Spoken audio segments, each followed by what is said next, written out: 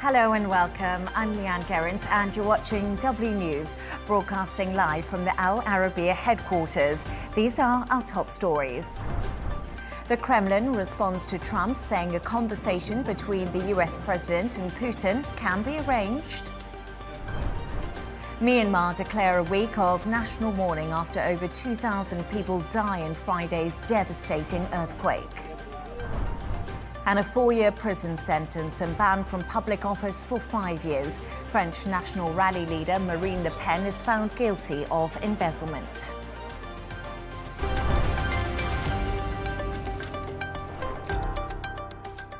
Now to our top story, and the Kremlin have responded to Trump after he claimed he was angry with Vladimir Putin over comments regarding a transitional government in Ukraine.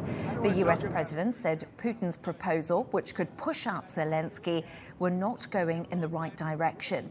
Russia have now said a conversation between Trump and Putin can be arranged, as Putin remains open to contact with the US president during their peace dealings with Ukraine. I'm now joined by Gabrielle Narongnye, Executive Director of Polaris National Security and former Special Advisor at the US State Department. Gabrielle, thank you so much for joining us. So the Kremlin spokesman, Dmitry Peskov, is downplaying tensions with US President Donald Trump's change in tone towards Russia. Peskov says work is ongoing with Washington. Should the world view this as a positive signal that Moscow is serious about negotiating a ceasefire? Well, thank you for having me. Thus far, all the signs we've seen from Moscow have not been serious, that they are actually interested in either an equitable ceasefire or a peace treaty that is anything other than basically a delay for a second invasion of Ukraine. What we've seen thus far is that Russia's rejected a direct ceasefire. They've tried to put conditions on any ceasefire negotiated by the United States, even ones that are fairly simple and straightforward, and they're trying to just gain leverage at every opportunity. That is one of the reasons that we're seeing President Trump sour on Putin and on Russia in general, is the sense from him that they aren't interested in peace, they're just interested in trying to get more and more out of Ukraine and trying to use Trump to effectuate that. So what is President Trump's next move in the ceasefire negotiations? He has also warned Ukraine over the minerals deal. I think what we'll see is President Trump say Russia has a short window to accept a equitable ceasefire, and if they don't, he's going to impose serious sanctions on Russia. He might start giving Ukraine weapons that the Biden administration refused to give them, give more financial and military support to Ukraine, sign that Ukraine mineral deal, all in an effort to get Russia to agree to come back to the table and make a more reasonable offer. So I think what we need to see is Trump execute on some of those things so that Russia understands that he is serious about those threats. Russia and Ukraine have both reported new strikes on energy infrastructure as the war continues. What is your analysis of the military situation on the ground? You told me earlier Russia is trying to gain leverage. You know, the battlefield itself is largely frozen, but Russia is really interested in trying to push Ukraine out of the Kursk region, which is the part of Russia that the Ukrainian troops managed to take over last year, and they've still maintained a foothold there. Ukraine has also realized that that Russia is very vulnerable to these drone and missile strikes against its energy infrastructure, in part because this imposes a cost on the civilian population and makes them more weary of the war efforts that have been dragging on far longer than any Russian thought this would go. But what we haven't seen is any side be able to gain a clear advantage on the battlefield by taking more territory. However, frankly, the Russian side does appear to have the edge in terms of military production. Absent US and European support, Ukraine still cannot stand on its own. Putin has suggested an interim government in Ukraine under the support of the UN, and that could replace Zelensky. Reports also suggest Zelensky has directed his team to begin preparing for elections. How feasible is holding elections during the wartime? Well, it's impossible under existing Ukrainian constitutional law. They say that it's not allowed there. And part of it is people can't get to the polling places in most of the occupied territories in Ukraine where the Russians control them. They're not going to allow them to go and have a free and fair vote. But what Russia's done by demanding a so-called interim government is he's basically trying to get a puppet government installed in Kyiv that would be answering only to Putin. Again, this is the kind of thing which shows that Putin is not serious about ending this war. He's trying to just extend political warfare on through this mechanism. And even the United States has actually not called for elections to replace Zelensky. Zelensky's highly popular in Ukraine right now. If there were elections today, he would still win in a landslide, partly because there are not serious political alternatives that have broad-based support inside Ukraine. And on the topic of elections, can Trump serve a third term as US president? We have heard him speaking about this. So the United States 22nd Amendment does have a prohibition on any president serving 3 terms. This would be very difficult for Trump to enact in the courts because ultimately each state is the judge of its own elections and who is allowed to appear on the ballot. So the New Hampshire Supreme Court and then Wisconsin Supreme Court might each give different verdicts, but it'll be very difficult for Trump to appear on any ballot. I think this is mostly in jest at the moment. He likes to propose ideas like this to sort of annoy some of his domestic critics, partly because, again, elections are not determined by the president, they're determined by the states, and he does not control the state governments. And also to keep us media on our feet, Gabrielle Narongnia, Executive Director of Polaris National Security and former Special Advisor at the US State Department. Always great to have your insights. Thank you. Thanks for having me.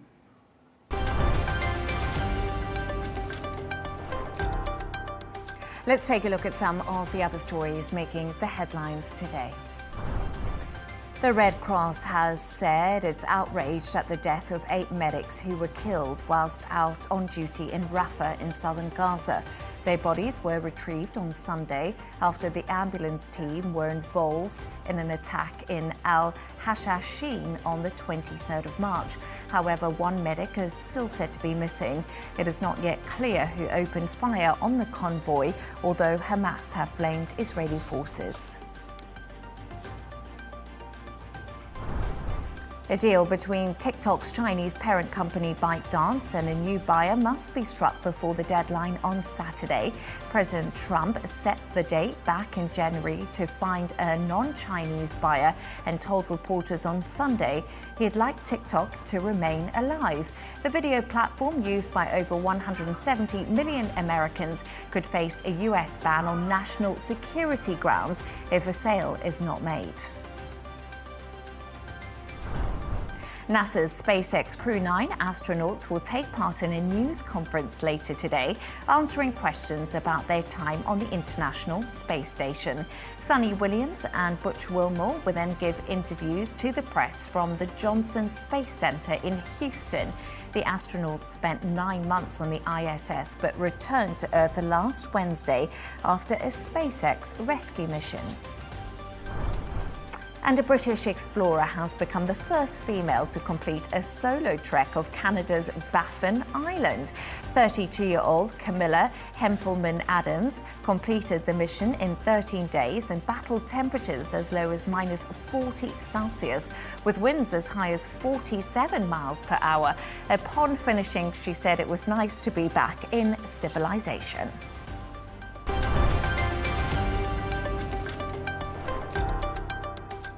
Myanmar has declared a week of national mourning after more than 2,000 people are said to have died in the region following Friday's earthquakes. Meanwhile, in Thailand, 19 people have died, with thousands of others evacuated from buildings in Bangkok. The United Nations has said $8 million in aid is required to support damaged hospitals, which have been overwhelmed with patients in neighbouring Myanmar. We can now go live to Bangkok to speak to correspondent Jan Kamens and Broomby. Jan, thank you for joining me.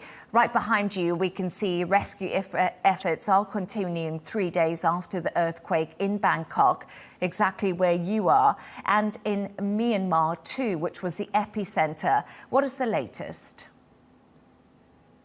That's right. Let me just talk you through what's going on here and what's really been going on here for the last 3+ days since that quake struck. Behind me, you can see a mound of rubble, an enormous mound still, but this used to be a 30-story building. It's collapsed because of the quake on Friday, and teams here have been working desperately throughout the night, 3+ days in a row now, to try and get the people that they think are trapped inside out alive.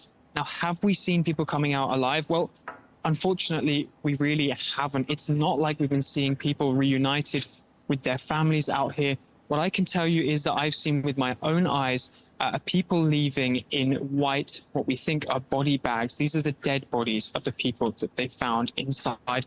And as we get past that 72-hour mark, 72 hours since the earthquake happened, well, the chances of the people being found inside being alive, that decreases more and more. And that's because they don't have food. They don't have water. Many of them will have sustained injuries and have now been on their own there for several days. And in Myanmar, we can expect to see scenes like this played out across the whole country. That's because Myanmar is the epicenter of where the quake hit. That's where we've seen most of the significant damage. I've talked to some people, NGOs, saying that there are towns where 80% of the buildings have been flattened as a result of this earthquake. Really unprecedented levels of damage here.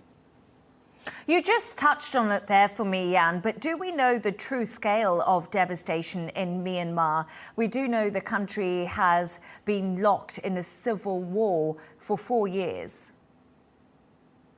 That's right. I think it's actually one of the difficult things has been getting access into Myanmar and getting information out of Myanmar. So we've heard from some of the people that have been in the hardest hit, one of the hardest hit cities, Mandalay. That's one of the biggest cities in Myanmar. They have now had, some of them, their internet connectivity restored, although speaking to them also has been pretty difficult, actually. I've spoken to some of them who have said there are thousands of people on the street there inside that area because their houses have been destroyed, because there are aftershocks that have been ongoing, because they don't want to risk going back in case their partially damaged houses collapse around them. But actually, some of the areas surrounding there, we really haven't heard that much from. And that's because the internet connectivity, the phone signals have not been restored to these places. And it's also because the infrastructure in some of these areas is so damaged that it's incredibly difficult for the rescue teams to enter them. There's a place called Saigang. It's really very, very close to where the epicenter of the quake was.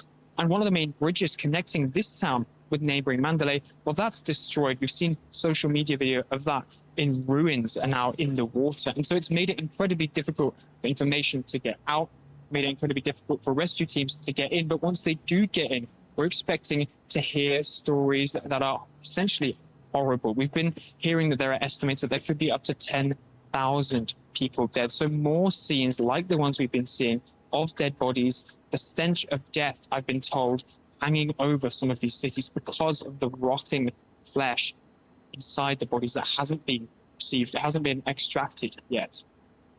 Jan, I know where you are right now in Bangkok. You just explained it to us, but what is the mood on the ground where you are? Well, what I can tell you is that I've been speaking to some of the families that have been here. They've been waiting here for more than 3 days. There's one woman I spoke to, her boyfriend is in this building behind me. She said that as soon as she saw the video of this building collapse, she had to come here immediately. She checked if this was the building that her boyfriend was working in, and she rushed here on her motorbike. And she's been waiting patiently with her family, with the family of her boyfriend ever since. And we've seen the scenes of people, the families of these people distraught crying. Yesterday, they were up on the wall behind me, trying to peek over the barriers, trying to catch a glimpse of their loved ones inside, hoping that they would be emerging and could be reunited with them. There are also hundreds of different workers here who have been trying to help the situation. There are NGOs that have come to provide food. We've seen American military people coming to assist the evacuation, assist the attempt to extract these people. There's a forensics unit right next to me. That's here so that they can identify the bodies that they remove from this area. So I will say that the sense of hope, I think, is really drifting away here as we move forward in time. That sense of hope that we'll see the people in there alive is really starting to decrease. But some of the families I've spoken to, that woman whose boyfriend is in there, she said, there's nothing I can do now. All I can do is pray and hope. Jan Kemenzen Broomby in Bangkok. Extremely emotional reporting. Thank you very much for painting that picture for us.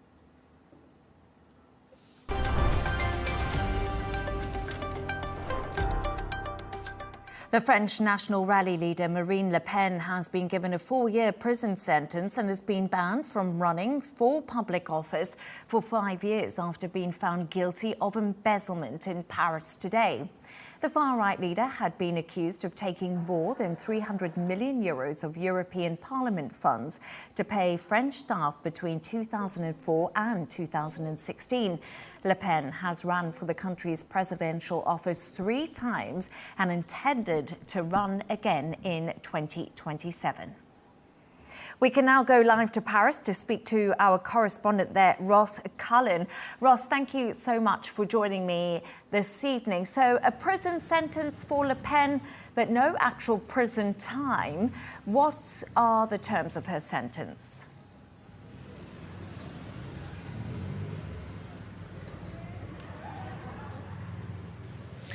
Well, Leigh Ann, you're joining me just outside the National Rally Party political headquarters here in the southwest of Paris. We are waiting, you can see a lot of the media behind me, for Marine Le Pen to make her first public appearance since she entered that building about 6 hours ago after leaving the High Court, after learning of her guilty verdict and then the sentencing, 4 years in jail, 2 years suspended, 2 years wearing an electronic tag, a fine of $108,000, and also, most significantly, most importantly, being barred from running for public office for 5 years, effective immediately. We have had no official on-camera statement from Ms. Le Pen so far today. She is expected on national television a little bit later to make a statement, but you can just see, I'll turn behind if she does indeed leave the headquarters of the National Rally behind me. We have heard from the president of her party, Jordan Bardella, who has this afternoon called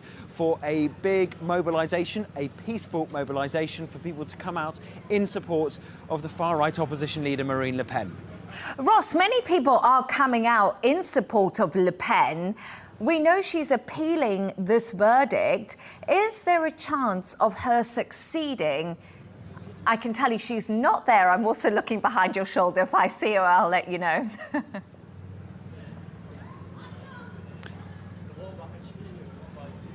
Yeah. Yeah, Elon Musk, who is one of the leading government advisors to Donald Trump, of course, the world's richest man. He has this afternoon tweeted his support of Marine Le Pen. The Hungarian Prime Minister Viktor Orban has also thrown his support behind her. The Dutch far-right leader Geert Wilders, one of the Italian far-right leaders, Matteo Salvini, all of them supporting Marine Le Pen this afternoon. In fact, one of her spokesmen did come out of that building a couple of hours ago and said that the decision by the judges was sleazy and disgusting. But the European Union felt they had a case. They brought these court proceedings in November last year for the embezzlement of EU funds, and she was found guilty of that today. And so this sentence has been applied, but you're right that she will be appealing against that sentence. 29-year-old Jordan Bardella is tipped to replace Le Pen, Ross. How likely is that, and what's his background?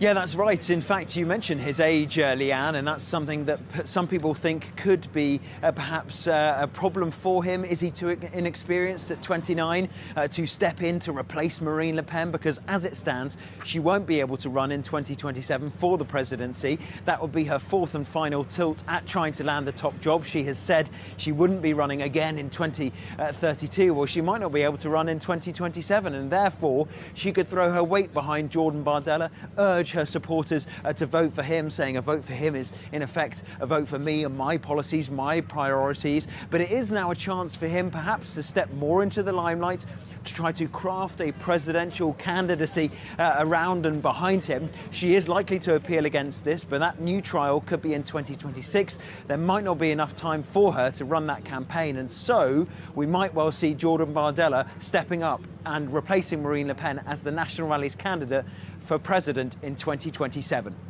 Ross Cullen in Paris, eagerly awaiting Marine Le Pen. Thank you so much for joining us.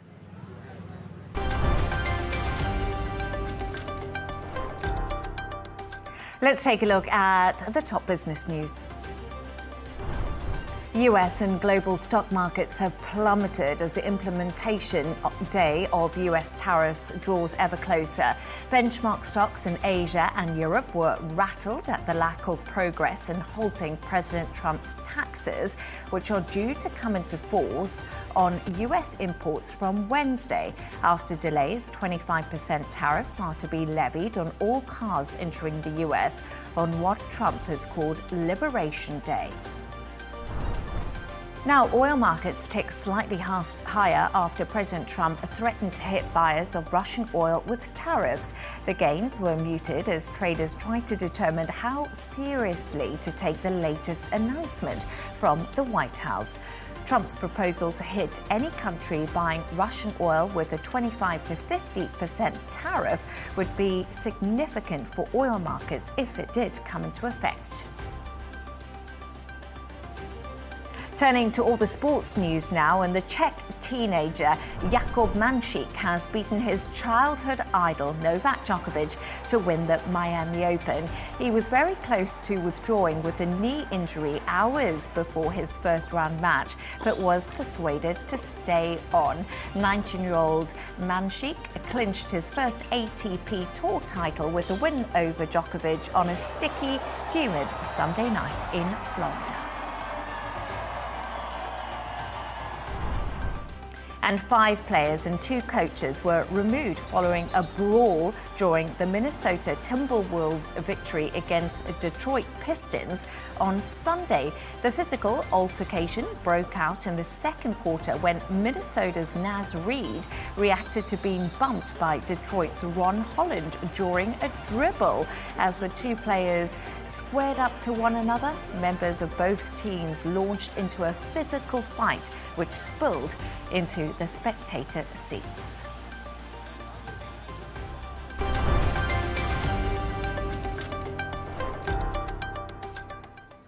Now, the British Prime Minister has welcomed the creators of the Netflix show Adolescence to Downing Street today. The drama series, which deals with misogyny and radicalisation of young boys online, recently set a Netflix record with 66.3 million views in just 2 weeks. Keir Starmer told Parliament he had watched the programme with his 2 teenagers and even suggested it should be played in schools to educate young people. Here's a reminder.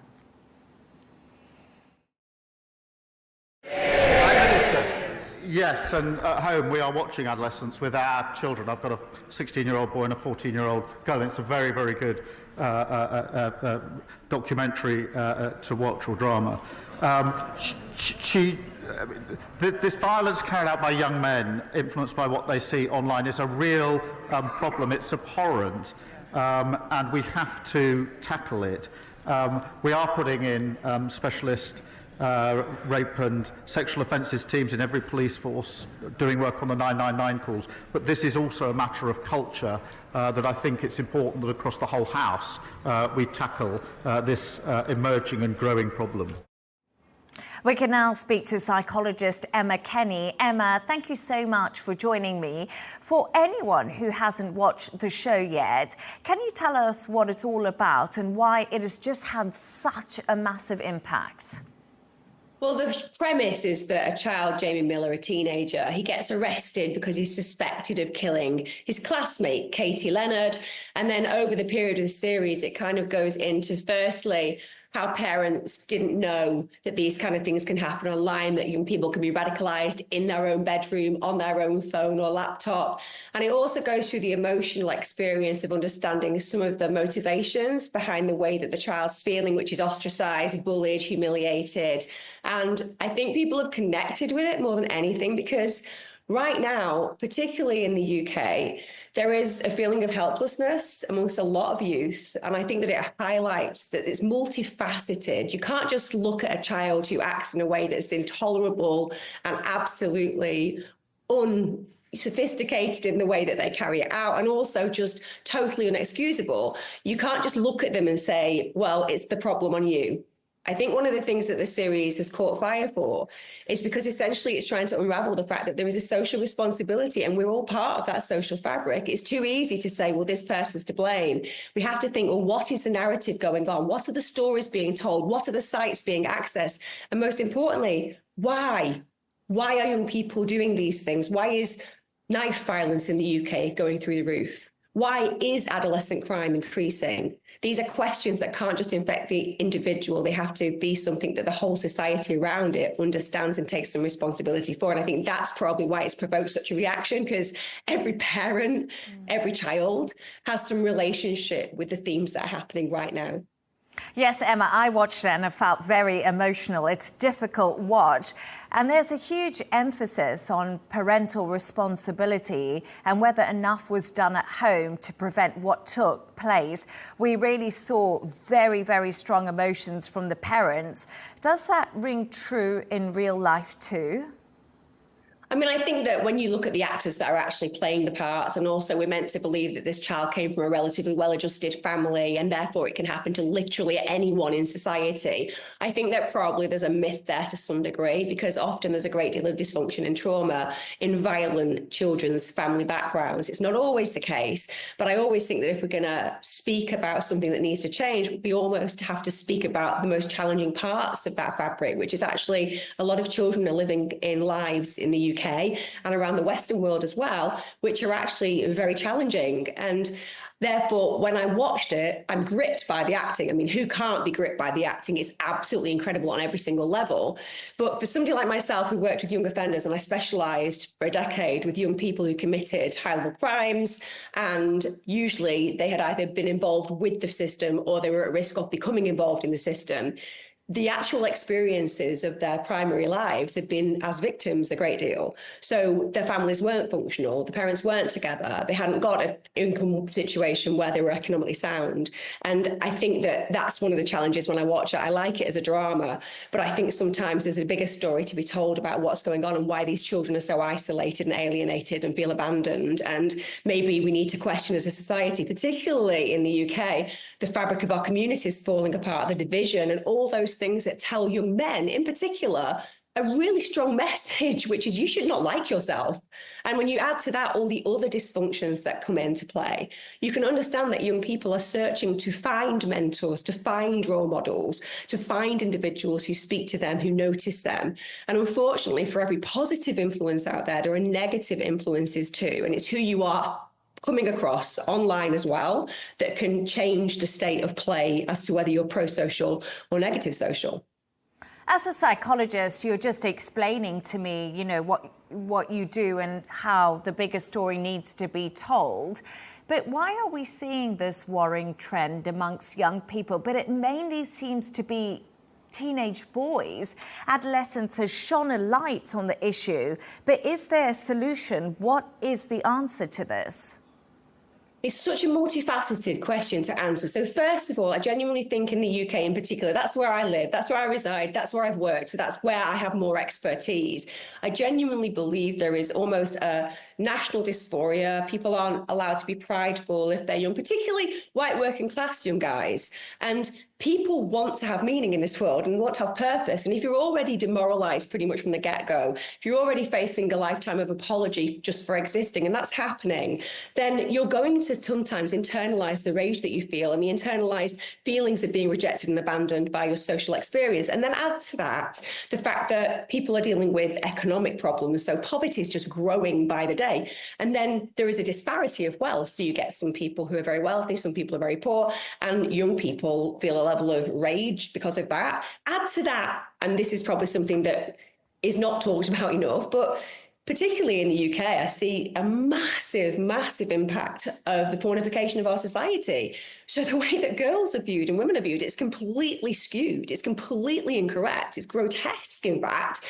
But actually, there is such a attentional position on particular individuals who are out there being almost rewarded for the most extreme behaviors as women.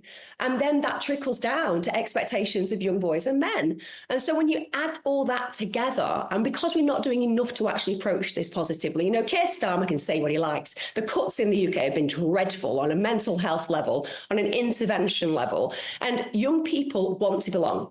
That's the main thing about being a young person. It's hard. You feel isolated. You think no one understands you. And it doesn't matter if they do. You don't feel it. So you're looking for somewhere to go. And that's why people join cults. And the thing about the online lifestyle now is that you don't even know you're being radicalized. You just think you belong. And belonging is one of the most core fundamental needs of a human being. So if you add all of that together, and then the invisibility level that so many children feel these days, and then the trauma that so many go through, it's a cooking pot of possibility for a whole range of issues of radicalization, from kids joining far right to Muslim radicalization to young women being drawn into situations that I think highly, highly toxic and bad for them with a reward monetarily. All of those things collude and collide. And that's when I think we have a cooking pot of problems. And I think that's being demonstrated highly and acutely now, which is why adolescence has taken such a fire, because the average human being out there, they know that this is wrong and they want to challenge it and they want to make changes, but it feels like no one quite knows how to do that. And parents need to think about looking at what their children are doing online, engaging with them, communicating, and taking every step they can in their power to make that child feel involved in a wider experience in life. That's how we combat it. Emma, Starmer also said this type of violence against women isn't new and announced that adolescents will be screened in all UK secondary schools. Do you think this will improve the lives for young girls and encourage them to seek support if needed? I mean, I think highlighting anything is a positive thing, but the idea that you can show a film that the kids have probably seen, and believe me, young people are seeing far more challenging information online than watching this particular series. The idea that Keir Starmer thinks that will resolve anything is probably testament to how little Keir Starmer understands about young people and the challenges that they face. The idea that that's going to suddenly say to a girl, oh, maybe I need to seek support, or that a boy's going to say, well, I'm not going to actually knife my colleague or friend to death. That's just not realistic. And until we start talking about the realistic requirements, which is there's so much more needs to be done about making youth feel included, not making youth feel excluded. That's where you really start to challenge these narratives. And no, violence towards women has never not existed. But I think that the pornification of our nation, I think the escalation acceptability of being violent on the streets that we're seeing in our country, all of these things give a permission base, and that's the reality of our behaviour. We're always looking at other people to say, is this acceptable? The more online you see violence, the more acceptable it becomes. The more you see inappropriate views towards women, the more acceptable it becomes, because you find your tribe, and the algorithms help you find your tribe. And I'm not blaming social media, because I'm a parent, I'm a psychologist. And that means that as a parent first, it's my job to know exactly what my kids are doing and when they're doing it. For the most part, it's not a perfect science, but if I'm engaged, I can counter. So I think that probably Keir Starmer needs to think about investment and actually dealing with the issues of radicalisation across the board, because it's speaking of an issue for the child, and the child feels like the world is not representing them, the world is not kind to them, they're not being heard, and they feel angry. And the thing about being a teenager is more than anything anything, you feel a level of rage sometimes you can't control. And if we don't manage it effectively, these kind of things happen again and again. We know that even this particular series was based on young people being stabbed. At the end of the day, Ava White got stabbed. Also, Leigh Ann Gerrans, she got stabbed. These are things that happen on a day-to-day basis. And so this film is brilliantly put together, but it doesn't necessarily challenge the reality of why young people feel so alienated and ostracized and angry. And we're not excusing that, but until we actually dissect that, then we can't change it. Psychologist Emma Kenny, thank you so much for your insights this evening.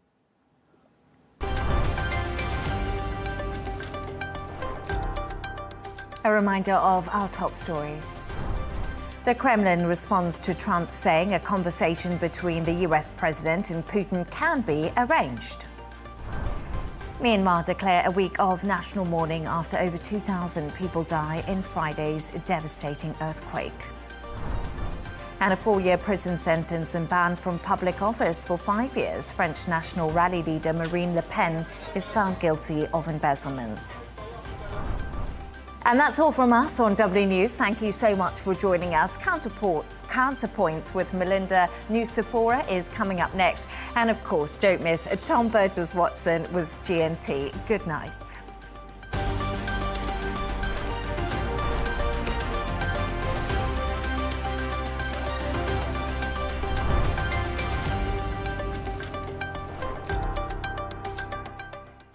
At our Arabiya News, we go beyond the headlines. From the latest breaking news to in-depth coverage of global events. We're not bought or sold. Nobody owns us. The loss of life, the destruction of property. The conflicts are such a terrible thing. Context and analysis to help you see the full picture. The world is in a very dangerous place. Join us on Arabiya News. It's very impressive. Where knowledge meets perspective. What does it take to end a war? And what happens if resolving one fight means picking another, but this time with traditional allies? After 2 months in office, President Donald Trump has ripped up the rulebook on international diplomacy and signalled the end of the post-Cold War security system. Up for debate on Counterpoints with me, Melinda Nusifora. How will a recalibrated US-Russia relationship reshape the world order?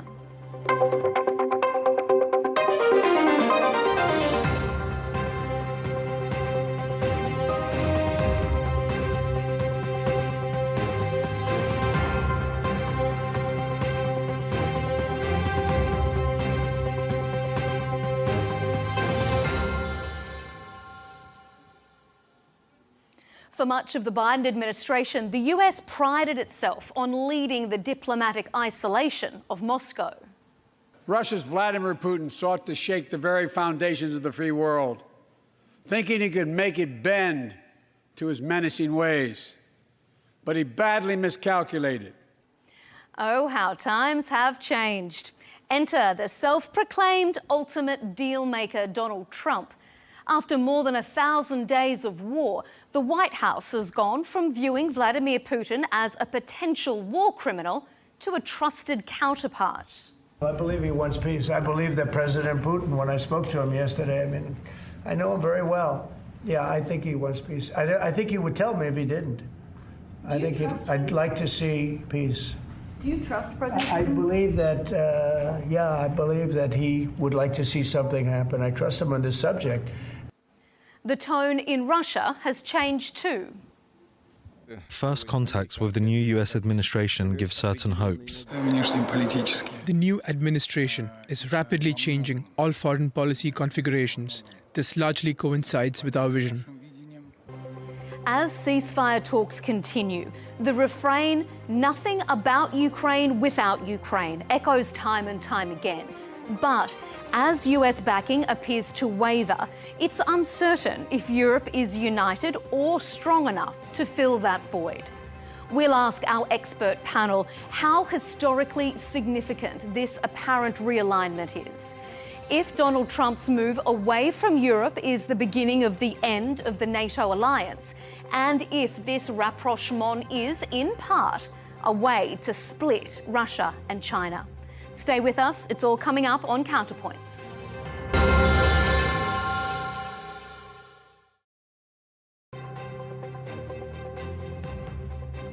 Well, to debate just how important the US-Russian relationship is in terms of the Ukraine war and, of course, beyond, I'm joined by Russian strategist Sergei Karaganov, and also joining us, renowned American political scientist and international relations scholar from the University of Chicago, Professor John Mearsheimer. Gentlemen, thanks for being here with us on Counterpoints. I want to begin our debate on the remarkable shift we've seen in the relationship between the US and Russia since Donald Trump took office. In just 2 months, the US president has seemingly upended traditional allies, publicly pressured Ukraine, and opened the door to friendlier relations with Russia. So, Professor Mearsheimer, let me ask you, is this a historic moment in this realignment, or is this just the fleeting whim of an unpredictable US president? Well, Donald Trump certainly is unpredictable in lots of ways, but I think this is, to use your language, a historical moment. I think there's no question that Trump has completely abandoned Joe Biden's policies on Ukraine and on Russia, and has adopted a policy or a set of policies that are the exact opposite. What he wants to do, first of all, is significantly improve relations between the United States and Russia. He wants the United States and Russia to have a rapprochement, to have friendly relations again. And this is the exact opposite of Biden. And furthermore, I think that Trump understands that the United States and the West more generally and Ukraine have lost in the war over Ukraine, and that it's time to cut a deal because there's no way the Americans can rescue the situation. What exactly a Russian victory looks like is hard to say, but I think that Trump and his principal advisors understand that the Russians are going to win, and it's better to cut a deal now rather than later. So the end result is you have this fundamentally different policy at play that I'm sure makes Sergei and the Russians happy, but makes the Europeans and many Americans very unhappy. Sergei, what do you think about that?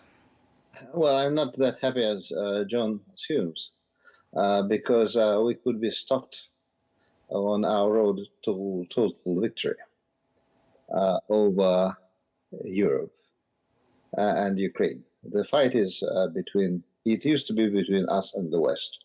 On the territory of Ukraine, Ukrainians were used as cannon fodder.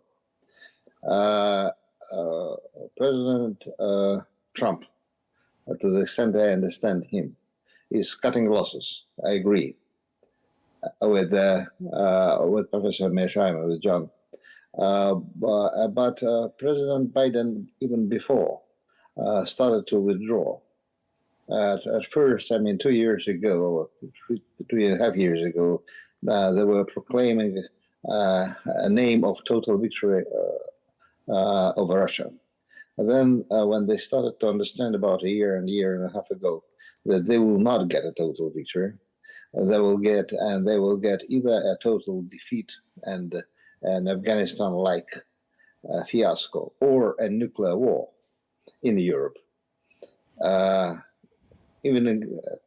some point, some of the Biden officials even bluffed to the extent that if Russia uses nuclear weapons, which we do not want to use, there would be a total annihilation of Russian army by non-conventional forces. So then we send a signal that there will be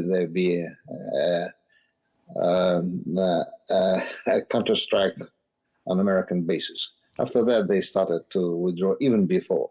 That's interesting, though, because I read an article.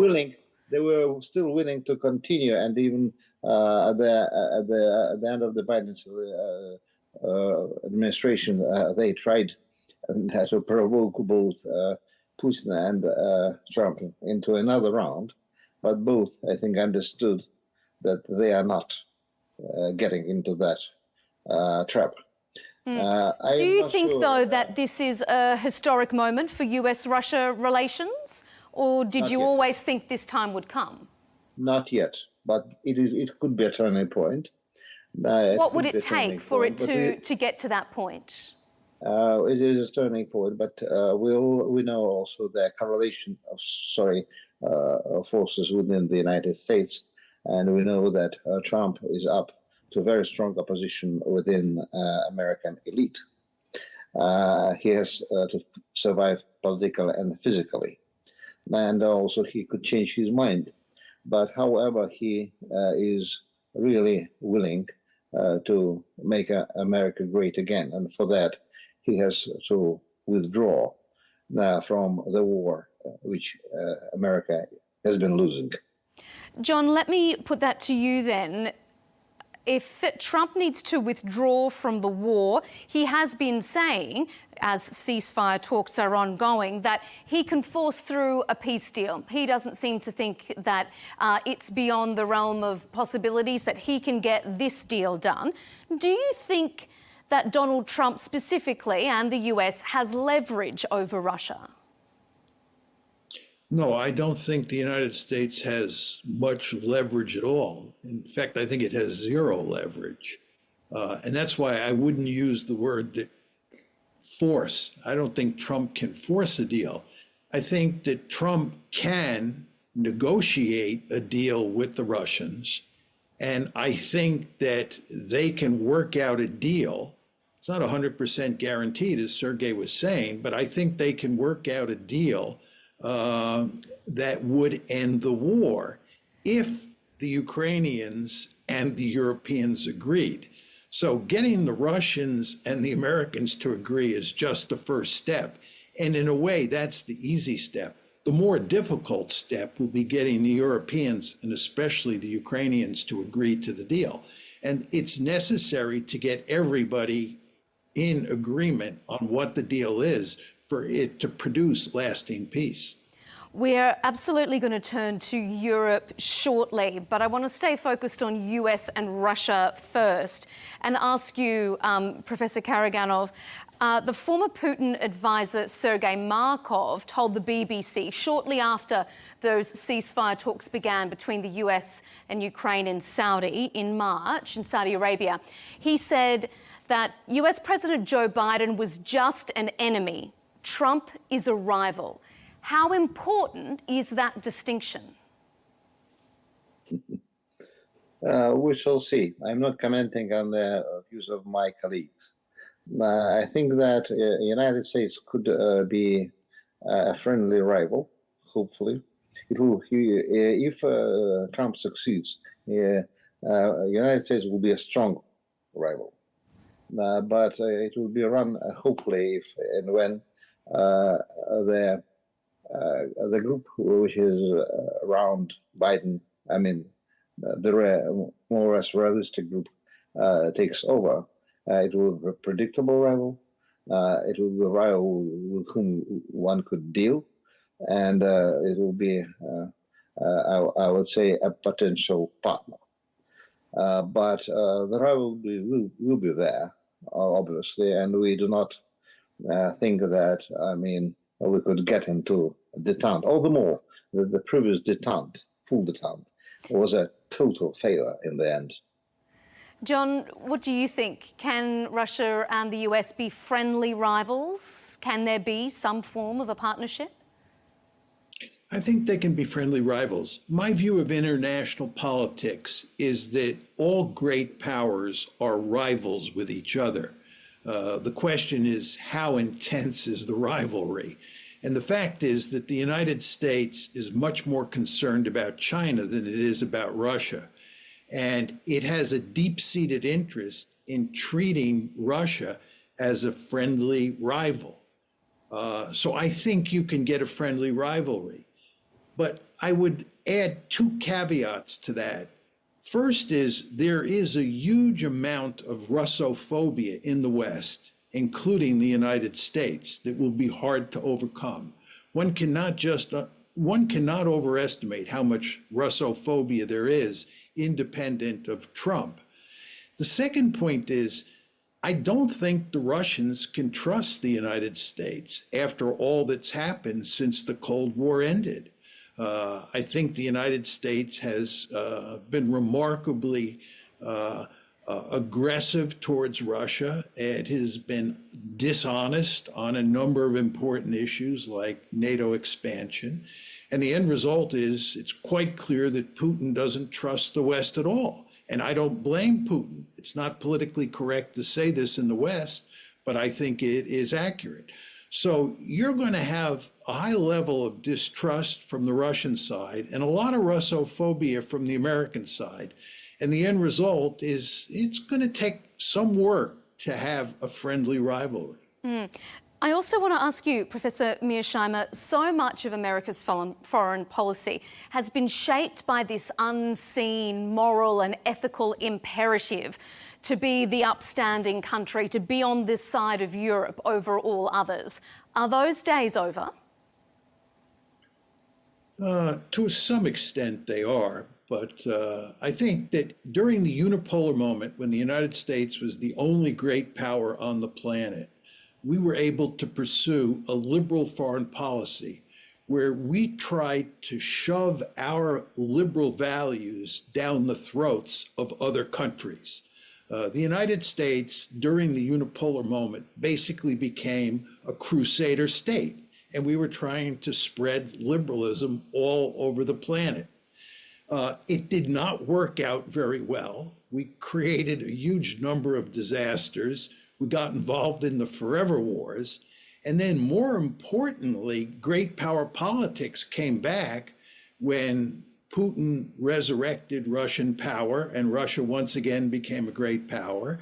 And when China, which continued to grow economically in the 1990s and early 2000s, also became a great power. So great power politics are now back on the table. And when great power politics are back in an important way, that means that liberal values are not going to matter very much in American foreign policy. So I think the liberal side of the American foreign policy agenda has been badly weakened. Before we move on to Europe, Professor Karaganov, I want to circle back to something that Professor Mearsheimer said earlier, and that is he doesn't know what victory in Ukraine looks like. In an interview that you yourself did with New Statesman not too long ago, you said, I don't think that even if we conquered all of Ukraine and all the military forces of Ukraine surrendered, it would be a victory, because then we would be left with the burden of a devastated country. So what does Russia want? What does victory in Ukraine look like? Crushing the will or the moral spine of Europe, of Europeans, who are driving for the third time in the last 100 years plus the world towards a third world war. They are desperate, they're insane, and we have, they are the real threat. We do not want to take all of Ukraine back, God forbid. It has been a burden on Soviet shoulders, the biggest burden in terms of volumes of subsidies. No, thank you. Also, but I think we shall reunite with proper Russian provinces, and then we would like to have, totally demilitarize and neutralize buffer zone out of what is left of Ukraine. But the problem is not Ukraine. The problem is that European elites which anyway are moving towards Europe, as I understand, which are desperate, which have lost everything which they have stood for, are driving their countries towards a big war. What is happening in Europe is unbelievable. It is worse than the period not only prior to 1914, the First World War. It is worse than the period prior to Second World War. I am also a historian, of course, not of the same quality of Professor Mearsheimer, but I know history. their anti-Russian hysteria there is worse than in Hitler's Germany. All right, you referenced Europe, so let's move on to that. This foreign policy shift that we've seen from the US seems to have caught Europe off guard, and it's left it slightly exposed, to say the least. Only now is the bloc seriously convening summits and meetings about defence and security options, some 3 years into the conflict. Numerous EU officials have spoken about a European nuclear umbrella to deter Russia. Now, I know that that is a question we're going to get you on, Sergei, in a moment. But first of all, Professor Mearsheimer, let me ask you, Europe appears to be coming to terms with the fact that it may have to go it alone. Is the US effectively heralding the end of the NATO alliance? Well, let me just say that I'm uncomfortable talking about Europe like it's a single country. Europe is a collection of countries. And one of the principal reasons that European elites have been able to agree so much in the past, and one of the reasons that people are able to talk about Europe like it's a unified country, is because the United States has been present in Europe and it has kept the peace. I refer to it, and others do, as the American pacifier. And that mainly comes in the form of NATO. But what's happening now is that Trump has made it clear that he has contempt for the Europeans, he has little use for NATO, and he at least wants to greatly reduce the American presence in Europe, if not eliminate it. I'm not saying that will happen, but there's no question that the United States presence in Europe is going to decrease, and Trump is going to turn more responsibility for running Europe over to the Europeans. And what you're going to see happen here is that the Europeans are going to fight with each other. You're going to see that separate countries have separate interests, and they no longer have the United States to solve the collective action problems. So I think that Europe, these European countries, are not going to be much of a problem for the Russians moving forward. There'll be something of a problem, but the fact that they will not be able to coordinate like they have in the past will greatly reduce their effectiveness at causing trouble for Russia. And furthermore, I think, to get to the specifics of your question, I think NATO is in real trouble. And whether it disappears or not, it will never be the same alliance that it has been up to now.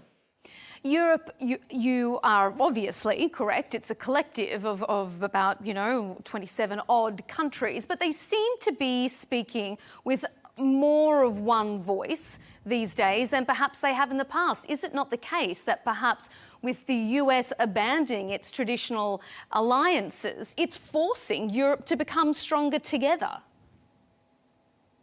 I'd just say very quickly, no, the exact opposite. You're going to have huge collective action problems, right? And the United States solved those collective action problems in large part. And the second point I would make, and I would be curious to know what Sergei thinks about this. I do not think Russia is a serious threat to overrun all of Ukraine, much less overrun all of Europe. And I think most Europeans, at least most people in the public, understand that Russia is not a great threat. So you don't have an external threat that can hold the Europeans together, that can solve the centrifugal force problem. So I think if you take away the Americans, and you don't have a serious Russian threat to Europe, the Europeans are going to squabble among themselves. Sergei, I can tell by your facial expression that you have a retort. Well, first of all, I mean, I agree with I agree with John, but I will add some points. One is Russia not a threat? Well, sorry, we don't need a junkyard like Europe. I mean, one of their officials recently said that Europe is an orchard surrounded by wild jungles. I have a different definition.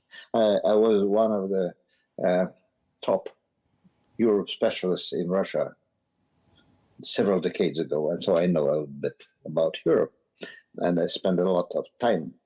It is not an orchard surrounded by a jungle. It's a junkyard, which is with all kind of vegetation, which is growing on the rich soil of hundreds of millions of people they killed, robbed over the last 5 decades. And now they are struggling to keep their privileged position in the international system. The United States are leaving them, and they are left in the cold. They will be unable, like they have been doing for 500 years, to suck the world GNP in their favor. First, Russia must be somewhat concerned, though. If with the help of the United States. Russia must be somewhat concerned, though, Professor Karaganov, because you have said in interviews and in your own writings on your website that there should be a change in discussion about nuclear deterrence and that nuclear weapons could be used against parts of Europe to end the war in Ukraine and establish deterrence. So reading into that, doesn't Russia see Europe as a threat if it feels it needs to deter it using nuclear weapons? I've been writing about nuclear weapons recently. Because I saw that the West, but especially Europe, has deteriorated into a habit of what I called strategic idiocy. They stopped fearing war, nuclear war. And I tried to persuade my government, and I hope I was successful, that it should change our nuclear policies in order to make a nuclear deterrence workable. I hope that has been done, and that our American future partners understood that. Europeans are simply insane. They do not yet understand that. I hope over the next several months or years, they will start to understand that they are looking into an abyss. But at this juncture, they want to prolong the war as long as possible, sending after Ukrainians, after they waste more than 1 million Ukrainians already, they want to send East Central Europeans into the battle. They need this war to save, this elite, which is completely insane and is completely failed. It needs this war to cover up their mistakes, if not worse. They are failures, and they need a war. We hope that we could stop that. Hopefully, with not with the help of the Americans, but if Americans withdraw, I think that those Europeans who are not yet completely insane will understand that they could not rely on, by the way, on extremely weak American nuclear guarantees. I am a historian of nuclear strategy. United States have never since the late 50s was willing to use nuclear weapons in defense of Europe. And of course, they will now. Russians or Soviets actually did not want to attack Europe. Why on earth do we need that? I mean, small peninsula on the tip of Eurasian mess. We are the biggest country, the richest country in terms of resources.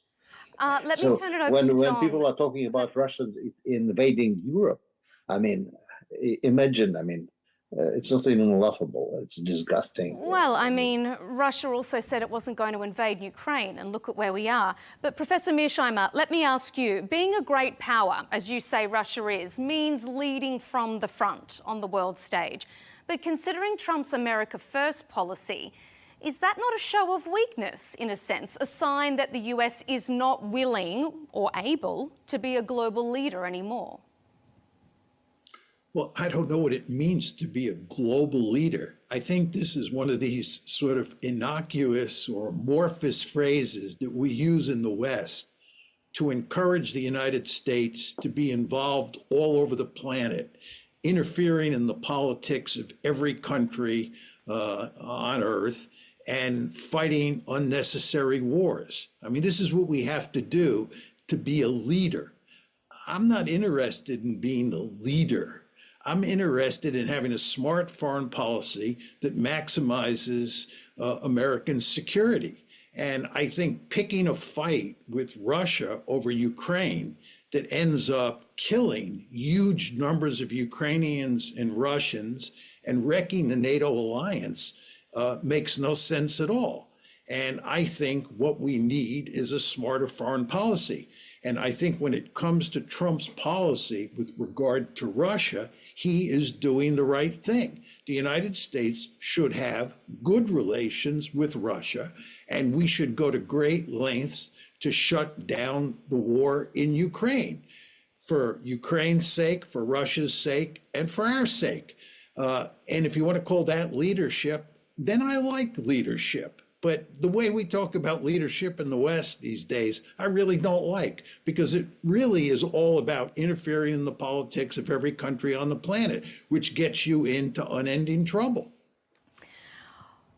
Both of you, I think, mentioned China in the early parts of our conversation. So let me take the discussion there. Many observers of history, both of yourselves, I would assume, being well-versed in this area, will recall President Richard Nixon visiting Chairman Mao in China after a period where there was no diplomatic relations. That visit yielded huge results. It shifted the balance of power and helped further split the communist bloc and made it clear that perhaps the Soviets couldn't fully rely on its partner. So, first of all, I'm going to ask you, Professor Mearsheimer, do you think this attempt to woo Russia with a deal in Ukraine, with a rapprochement, is an attempt to force a wedge between Beijing and Moscow? Well, there's two issues at play here. One is the issue you identify, which is that the Russians and the Chinese are now close allies, maybe not formal allies, but de facto allies, because the Americans have pushed them together, and this does not make strategic sense. The second issue, which you didn't mention, is that the United States has a vested interest in pivoting to Asia to contain China, because China is a peer competitor from the American perspective. China is a more important problem for the United States than Russia is. So we want to be able to pivot. And being pinned down in a war in Ukraine makes it very difficult to pivot to Asia. And I would argue that because we have not been paying attention to Asia, our containment policy in East Asia has suffered as a consequence. So I think what the Trump administration wants to do is, number one, it wants to be able to pivot fully to Asia by putting an end to the war in Ukraine. And then number two, as you describe, I think that the United States would like to drive a wedge between between Russia and China. Whether it can do that, given American behavior over the past decades, is questionable. I'm not sure the Russians trust us enough that they break with the Chinese in any meaningful way. But I do think that is an American goal. Okay, Professor Karaganov, do the Russians trust the US in a meaningful way that you would be willing to break from China? And do you think that this is what Donald Trump is trying to do? It is not a matter of trust. Even if we trusted the United States, which we did not, we would not abandon our quasi-alliance relations with China. It is a force multiplier for both countries. I mean, our American former partners, now foes, now probably again partner, did a fantastic, among many mistakes. I mean, during last decades, when they pushed two friendly countries, China and Russia, into an alliance. And now we see, I mean, that has been a great help to both of us, first. Second, so we shall not abandon our Chinese friends. However, we do not want to be totally reliant on China, and we need more space, and more space also in terms of good relations or normal relations with the United States.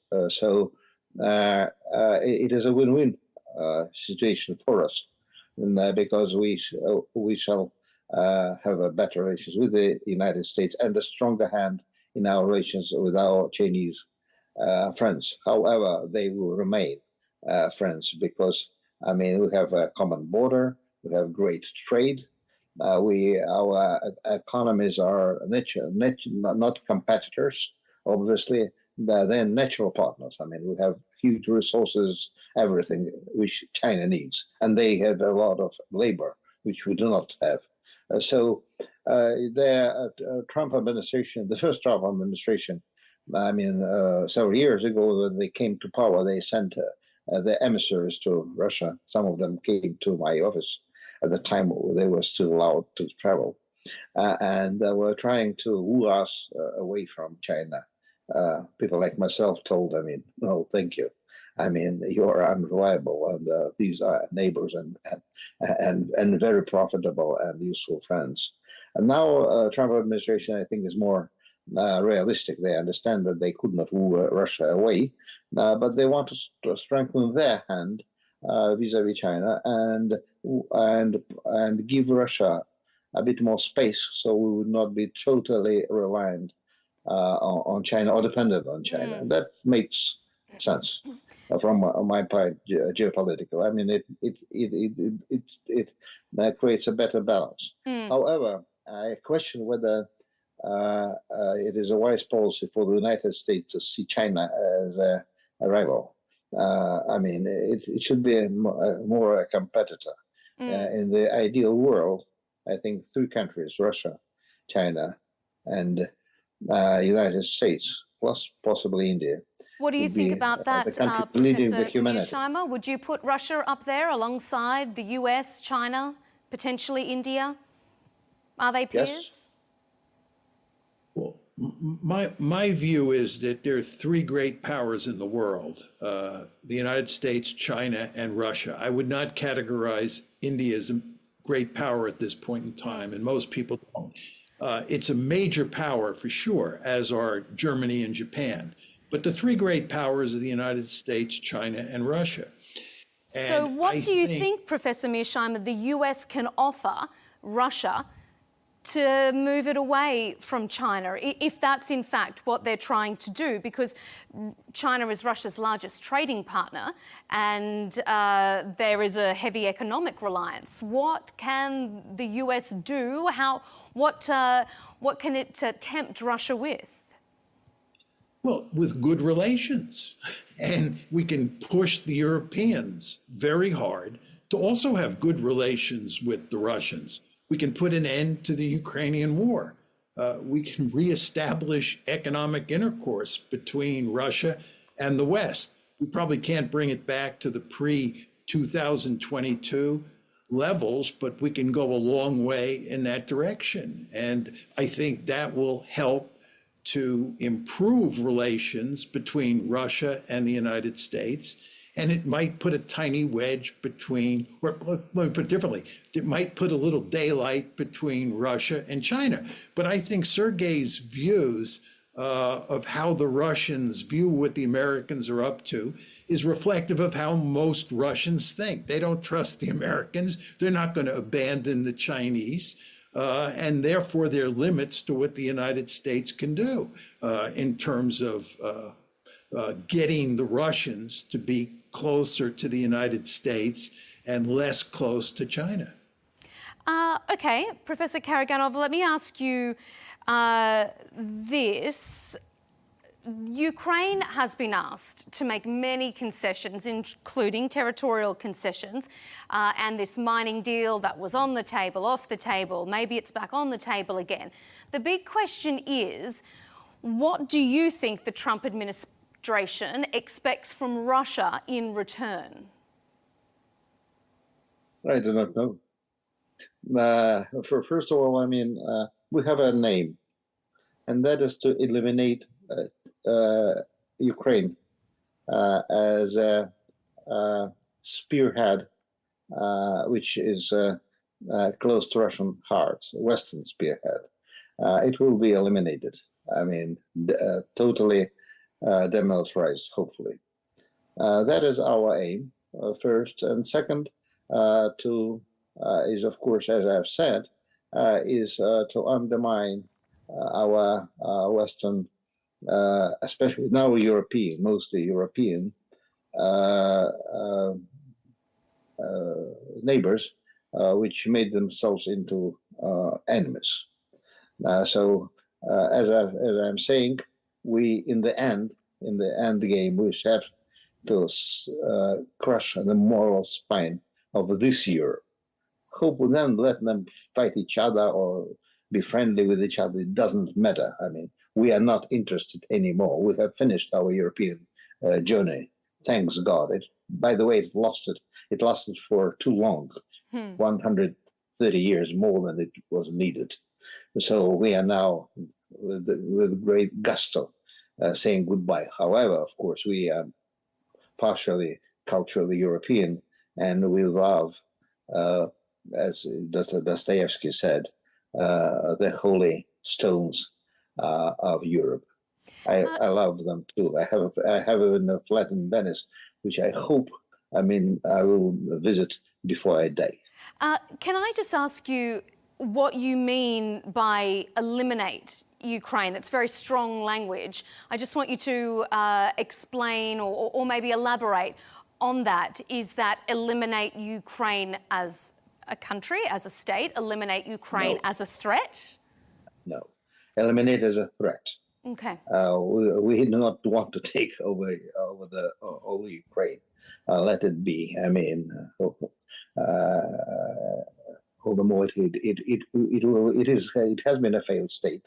It has been failed by its elite or non-existent elite from the beginning, and it had been a problem. Unfortunately, Russian government didn't understand what the problem.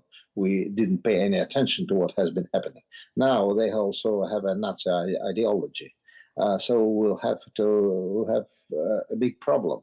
But we do not need all of Ukraine. We want to have our pure Russian regions back home.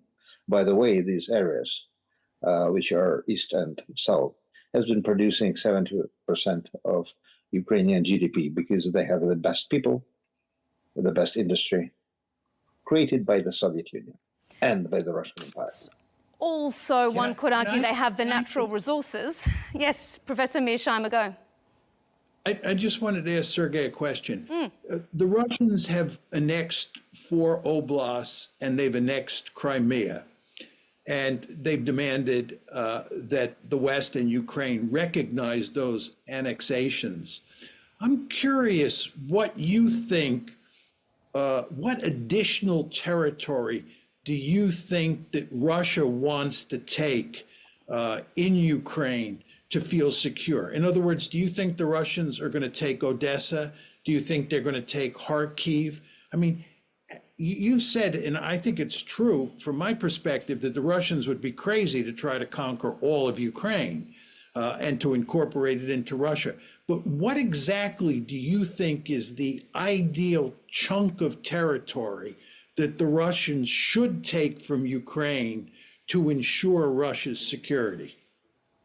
4 regions and Crimea are the minimum. Then there should be a very wide total demilitarized zone controlled by Chinese, Arabs, or whomever. The better alternative is, of course, to return back our southern Black Sea provinces, which have been part of Russia and culturally, politically, as well as economically. But but probably at this juncture, it's better to have simply a huge demilitarized zone, so that we shall not be threatened by the swarms of drones and rockets at the beginning. But I think it will take time before we could finish this war, because at this juncture, Europeans will try to ignite crises one after another. So the best solution is the east of Dnieper and the south. However, it could be costly, both in terms of resurrection of these territories, re-education of the people, and in terms of bodies of our soldiers. I mean, we are trying to save as many soldiers as we possibly could. What do you make of we that shall answer, see. Professor It will be a long process. What do you make of that response? I think it makes a lot of sense. I mean, but how do you think the US and Europe would react if Russia is going to take Black Sea regions, part of the south of around the Dnieper River? Well, it all depends on when the war is settled. If you were to settle the war now, and the Russians just annexed those 4 oblasts plus Crimea, the issue that you're raising would not come up. The problem is, I don't think the war is going to be settled quickly. And although it's very difficult for the Russians to make significant progress quickly on the battlefield, I think there is a reasonable chance that they will be in a military position to conquer areas like Odessa and Kharkiv over the course of 2025. And I think there'll be powerful incentives for the Russians to capture that territory for strategic reasons. And if they do capture that territory, I think the Russians will want to keep it. This is why I think if you're Ukraine or you're the United States or even the Europeans, you have a vested interest in settling this war quickly, because those 4 oblasts in the Far East and Crimea, they're gone. Right. And what you want to do, again, from a Ukrainian point of view, especially, is prevent the loss of more territory. And I think if you think about Putin's hand, the hand that he's playing, he'd rather have more territory than less. He'd rather have Odessa. He'd rather have Kharkiv. Now, the question of how costly that is comes into play. And that's what Sergei was saying.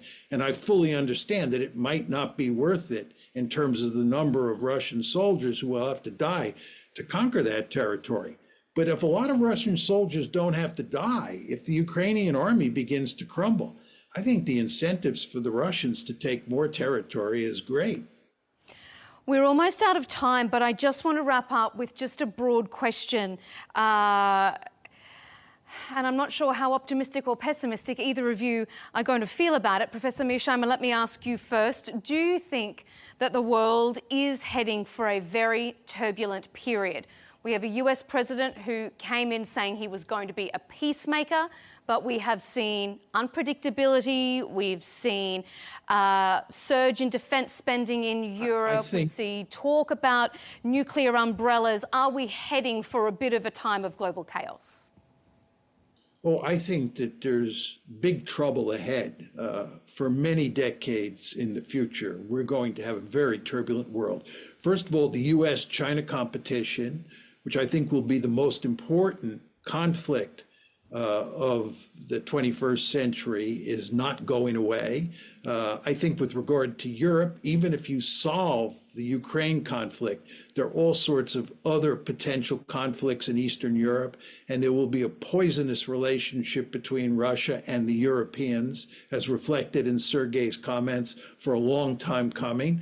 And furthermore, you have the Middle East, where the United States supports Israel, which is a rogue state that is attacking virtually all of its neighbors and shows no signs of becoming a peaceful actor in that region. So there's going to be big trouble for as far as the eye can see. We've got about 1 minute left. Professor Karaganov, what do you think? Are we in for more turbulent times, or is Russia pushing for peace? Tectonic shifts, tectonic plates have moved under the previous international system. So in for at least 20 years of instability until the new balance will be settled. During this period, I think we have to rely more on the validity of nuclear deterrence. That's why I'm pushing that issue, because there's no other means at this juncture to prevent a series of conflicts or these conflicts deteriorating into a big war. However, one of these conflicts could be passed by due to changes in the American policy. Though, of course, I'm not very happy with what Trump is doing because his peace initiative are stopping us on the way to victory over East and Southern Ukraine. I feel as if we are going to have both of you gentlemen back on Counterpoints, because it doesn't feel like we're at a point of resolution anytime soon, and we really value your analysis here. So thank you for your time. That is all the time we have for in this debate, though. Professor John Mearsheimer from the University of Chicago and Professor Sergei Karaganov, Russian political strategist and advisor. Thank you both for your insight and analysis. And thank you to you at home for joining us here on Counterpoints with me, Melinda Nusofora. Remember to subscribe to Al Arabiya English's YouTube channel and follow us on X and TikTok. Thanks for your company.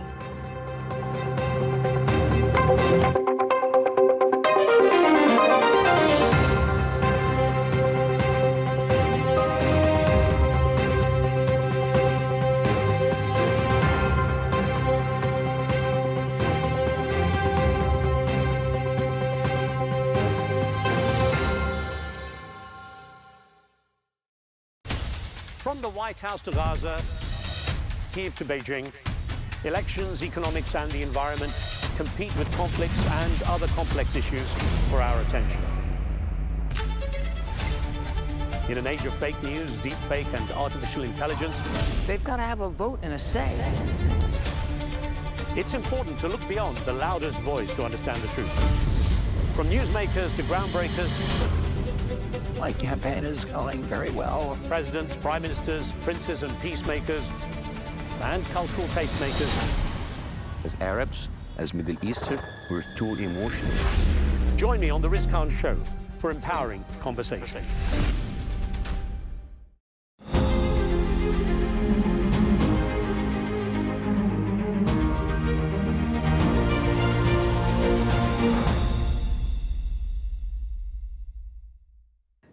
Thank you very much, Adam, for this interview. With so many things to catch up with since your last interview with us.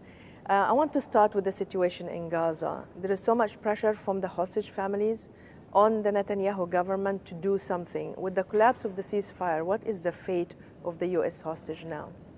I mean, it's as you know, my primary focus is to bring people home. And I think it's what everybody wants, save a few.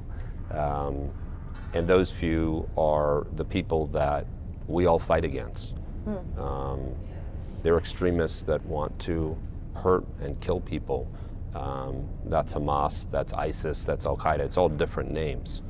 But I know what Israel wants, I know what the United States wants, and I know what our Arab allies want. And that's an end to this. And we've been working very closely with Israel, but beyond Israel, with Saudi, with UAE. I'm in Doha all the time, Qatar-wise, with Egypt, to bring an end to this, because we need to clamp this down. And the reality here is it all goes down to one country, Iran. And Iran, who attacked Saudi, who, this extremism that threatens things, that's the source, and that's what we're all fighting against. I'm going to ask you about the role of the Arab allies and on Iran, but I just want to focus on Gaza now. Do you think there is a chance with demonstrations now from against Hamas in Gaza that we've seen in the last 2 days and the pressure from the hostage families that something will happen? Do you think we can resume the talks soon? I do. I want to say that the people that went out and protested against Hamas took great personal risk. And I think that there's a massive opportunity to end this and bring people home. It has to be done the right way, but I think seeing people on the street recognizing that Hamas has done them a huge disservice, that's very powerful. So do you still want to negotiate with them regarding Aidan Alexander, which is the only living American hostage in Gaza? We will stop at nothing if it means getting Americans home, including Aidan. There are 4 bodies of American citizens there. But I will say President Trump has given a very specific charge, which is to bring Aidan and those 4 bodies home, and also to bring all home from a hostage perspective. So they're connected. This isn't an in and out from our perspective. And it's the way we're going to bring stability to the region. And that's what Steve Witkoff's working on. We work very closely on these things. But I will tell you something. If it means release of hostages, we're always open to having a dialogue. But it's got to be the right circumstances, and it's got to mean the end of terror. All right. You're the one yourself who did have face-to-face talks with Hamas. And you said the purpose was in order to facilitate releasing the hostages. Are you willing to do it again if that means releasing U.S. hostages? I think President Trump is always willing to have dialogue. It doesn't mean we're accepting any deal. And I want to be very clear. I walked away from those talks. I walked away, and then Steve Witkoff had to walk away. So there were some messages given if Hamas is serious about ending this, and I think they know. And so if Hamas is serious about ending this, if people are serious, then they can move on the hostage side, they can disarm and move things forward. And so they know it. And so the dialogue can be had any time, but it's got to be under the right terms. And President Trump always reserves the right to talk to people, but it doesn't mean we're weak. What is the right terms? The right terms is full release of all hostages, disarmament, and the end of tyranny on folks in Gaza. Most people are families. They want to live. They worry about the price of food. They worry about their kids. We're all human. It's time to end this. But if we end it and then it happens again in a few years, we haven't ended anything. So it needs to be taken away writ large so that people can go on with their lives. Since the collapse of the ceasefire, almost 860 Palestinians have been killed in Gaza. Almost 200 are women and children. People, when they see the U.S. weapons being used to kill civilians in Gaza, and they don't see the U.S. equally condemning the Israeli for what they're doing in Gaza now, they somehow, the support for Hamas increases, despite that we have seen in the street yesterday. Don't you see this equation? I think that right now we have, let's put blame where blame should go. Blame should go to terrorists. I don't see Israel holding Palestinian civilian hostages. Blame should go, we just were talking about Iran. They're a threat to everything that Saudi, that the US, that we hold dear, which is stability and people. It's never good when anyone dies. I never rejoice in that, no one ever does. And those situations when a human life is lost, any human life, that's a tragedy. And the people that threaten those people are people that are terrorists. So I will place blame where blame is, and I think it should rest there, and we've got to get rid of it because it will stop. What's your understanding? You, as you said, you were in Doha a lot, you are in contact with the Egyptians. Where are we as we stand now? I mean, Are we going to continue like this, or do you think Hamas is willing now to accept your deal that you said you and Witkoff walked away when Hamas refused to accept it? I think that we're in a totally different, so there's a few things that are very different about this situation. First and foremost, President Trump changed the whole landscape. And it's amazing how quickly things change, because it didn't just change when he took office, it changed when he was elected. So I would say that has been a big change. The second has been the progress that Israel has been made dismantling terrorists, whether it's Hezbollah, that situation, what happened in Gaza, so what happened in Iran, a major weakening from that perspective because of those actions. Those two things make things possible that weren't possible before. And so that's what we're seeing. And so do I believe now, I think people in the region respect President Trump. They respect a man of action. And I think that he will lead us to a place that is peace. He is not a president that wants war. Look at look at what happened in our first term. We brought Abraham Accords. We came together. We want to unite, and we don't want war, but we're not going to make peace in a weak way. He's not weak, he's strong. And I believe that strong leaders are the people that bring a lasting peace. With Iran in particular, the administration put heavy sanctions on Iran. As you said, they have been affected badly in Lebanon, in Yemen, and in Gaza. But they're still a powerful player in the region. So what exactly, how the administration is going to go ahead in the next few months to deal with the situation as it is now? The proxies are weakened, but they're there. I think that President Trump communicated very directly to Iran and said that they had a specific time limit. And I believe, and I know, the president will act on that. And I was asked even a lot on TV. They said, well, president said or else.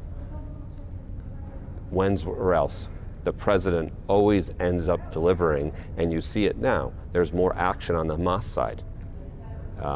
Israel's driving some of that action because they have to be dismantled. Iran should heed the president's warnings.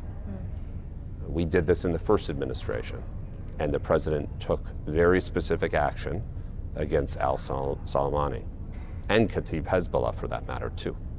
And he is creating a situation where terror will not be accepted. So the message the president sent to Iran was enough.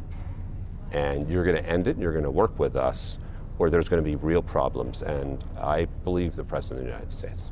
So Iran should read it as this is a final ultimatum from the president of the United States. I think the president reaches out, and the president likes options. He does not want to go to war. He does not want to take action because those things are never positive. No, as I said, I never rejoice. I don't think people ever rejoice in the negative, but you need to have that strength to drive lasting peace.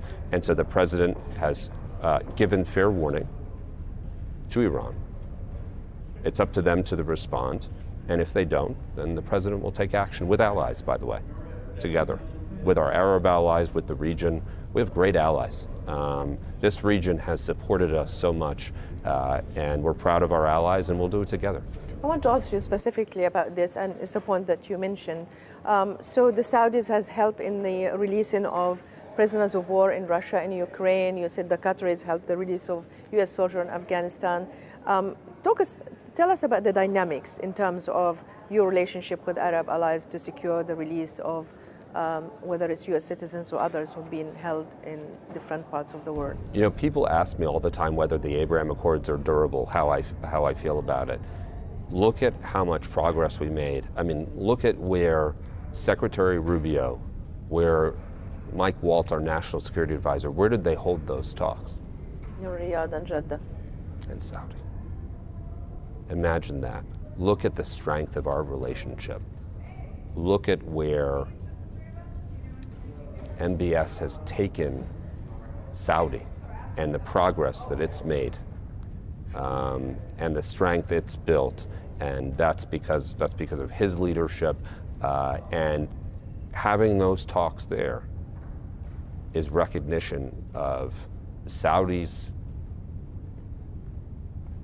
partnership with the United States, the durability of things like Abraham Accords building, and a commitment to ending terror together. And so I mean, the region has been very effective. We've worked very closely with the Emiratis. You know, I just went to Afghanistan, and that was facilitated out of Doha in Qatar and with Emirati help. We worked very closely together, and it's made a difference. And so I think you're going to see a new region. This is what Steve Witkoff is working so closely on, which is how do we create a pan-Arabian strength, this strength together, with Israel, by the way, together, to make sure that terror doesn't have existence, and that will mean a lot of strength for the Middle East going forward. And Saudi, UAE, they're prime players in this. Egypt, they're prime players in this because they're allies, and I think we've all been working together to say things like Hamas, et cetera, that has to end. There's no progress happening when people are being taken hostage. It just creates destruction. Now let's focus on our strength as a region, the strength of the Middle East region with our allies. That's what's going to happen. Was the removal of bounty on the Haqqani was part of the deal to release the U.S. hostage? Well, I think what Secretary Rubio said, and I'll reference his tweet, which was basically, one, we're always looking at things from that perspective, but if Americans don't come home, then you could see pretty big bounties. You could see pretty big bounties. I think he said greater than Osama bin Laden. And so those bounties, they may move around, but they can come back in massive force if we don't have all Americans out. I want to ask you about Austin Tice in Syria. Yes. Hostage Aid, which is an organization, has been dealing with them. They've been in Damascus many times, and they said they facilitated a meeting with the president of Syria, Ahmed al-Shara, with you, if you want to go there. What's the latest in terms of negotiation to release him? Because he seems to have some information about the whereabouts of Mr. Tice. I think that Austin Tice is a case that has been a driving force on the hostage side from an American perspective. I speak with Deborah all the time. We speak with the Tices. I think we have Americans that we need to find out where they are and bring them home. And we're committed to that. So I will say, if it means the return of an American, we will go to great lengths to do that. And if that's visiting Syria, if that makes a difference, that's fine, we'll do it. So we're looking into it right now. We're always reviewing this information. And somebody like Austin Tice, we will not forget. I will tell you, every time I go to sleep, every time I wake up in the morning, it's the first thing on my mind is every American that is still there. I love, my job is great in some ways. It's great because you're able to take somebody and say, welcome home to the United States. I will also tell you it can be terrible too, because what haunts me is every single American waiting. And we've got to bring them all home. Do you have any proof of life that he's actually somewhere, held somewhere? There were so many rumors, he's in Iraq, he's in Iran. But it seems that the Syrian president have some indication to where he is. Well, I think the Syrian president, we've been reviewing information, and I won't comment on things that are, very closely held. But you're willing to go to Syria if that means you will. I'll go anywhere in the world. I'd fly a rocket that Elon Musk could supply me to Mars if there's an American there. Right. Okay. I want to ask you about also the scholar who's been held in Iraq.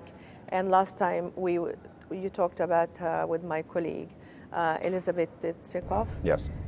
What happened to her? The Iraqi Prime Minister said that he knew the militia was holding her. Any development in her case? I think Hezbollah has her, or I know that. And just similar to what President Trump has said to Iran, because they're all related. Extremism won't be tolerated. And I will tell you right now that if she is not released, there are going to be problems. And so I think that message has been delivered, and I expect movement very soon. Okay, great. see if there's anything else that I haven't asked you about. There is still, as you said, we mentioned Russia. We said there is still American hostages or prisoners that are held there. With this new rapprochement with Russia, do you think that things might ease up to the degree that they might release Paul Wheeler? I think that we have Americans in Russia, and that has to be discussed and a part of anything that we do with them. It is. Obviously, you see the movement when our envoy, Steve Witkoff, was on a plane, and the difference that that made. The president made, obviously, a commitment, actually, in that case, and delivered on that. And that's step one. I mean, look, the nice thing here is we're 60 some odd days in the administration, and I think at this point we're at 37 Americans. At this point in the Biden administration, we were at 0. And so it's just the start. And Russia's a great example of that. There's a lot going on back and forth there, as you may imagine. But it's first and foremost in the president's mind. This is very important. Americans are pretty important to us. Absolutely. I want to ask you finally about the Abraham Accord. Yes. You played a role in the previous one.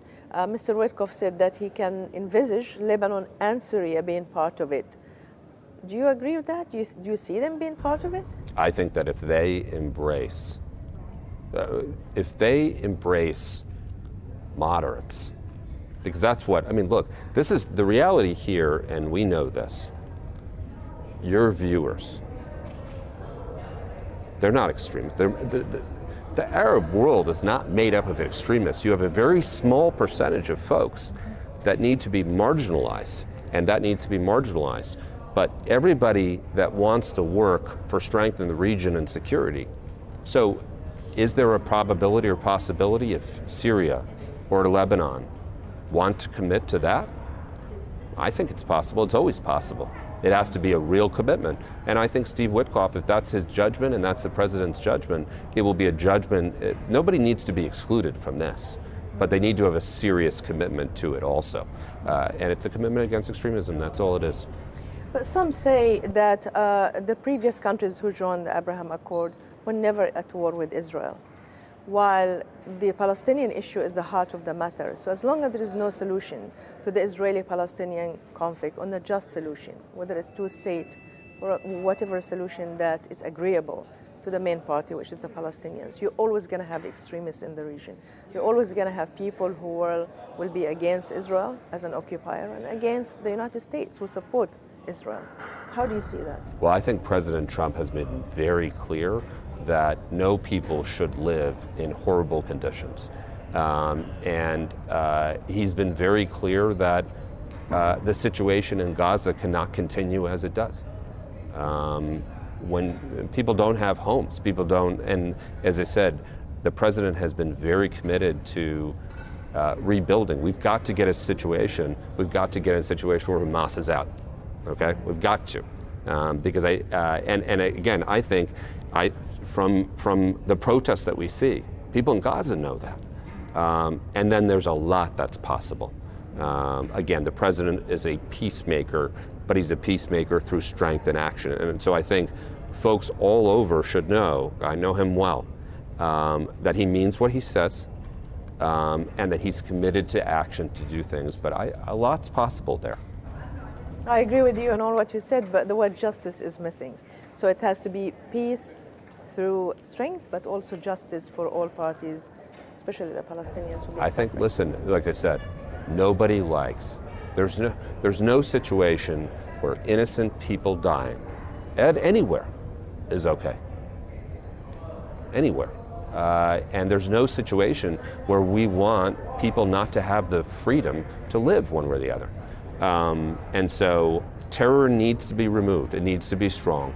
But we are looking for, and the president has said, his suggestions, I think his suggestions, maybe they're controversial. People didn't like shifting, these kind of things. But what is at the heart of what President Trump said? What is at the heart of what President Trump said is he knows that people, don't want to live where there's no homes, where it's, you know, so that is, I know him, that's the heart of it, and he's providing solutions. If there's better solutions, he's open to it. But people should know that the president is committed to that, because that's what drives security over time.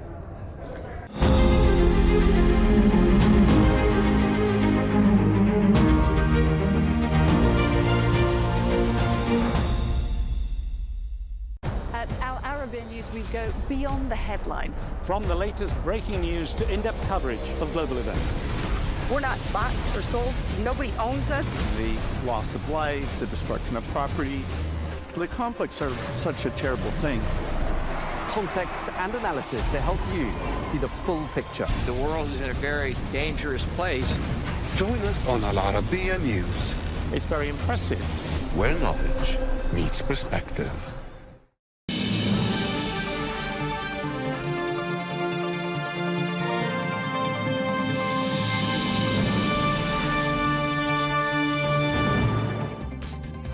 Hello and welcome to Global News Today, bringing you exclusive interviews with leading experts every weekday here on Al Arabiya News. I'm Tom Burges Watson. Coming up on today's program, President Trump vents frustration at the pace of the Ukraine ceasefire talks, saying that he's, quote, disappointed and very angry with President Putin. We ask, why?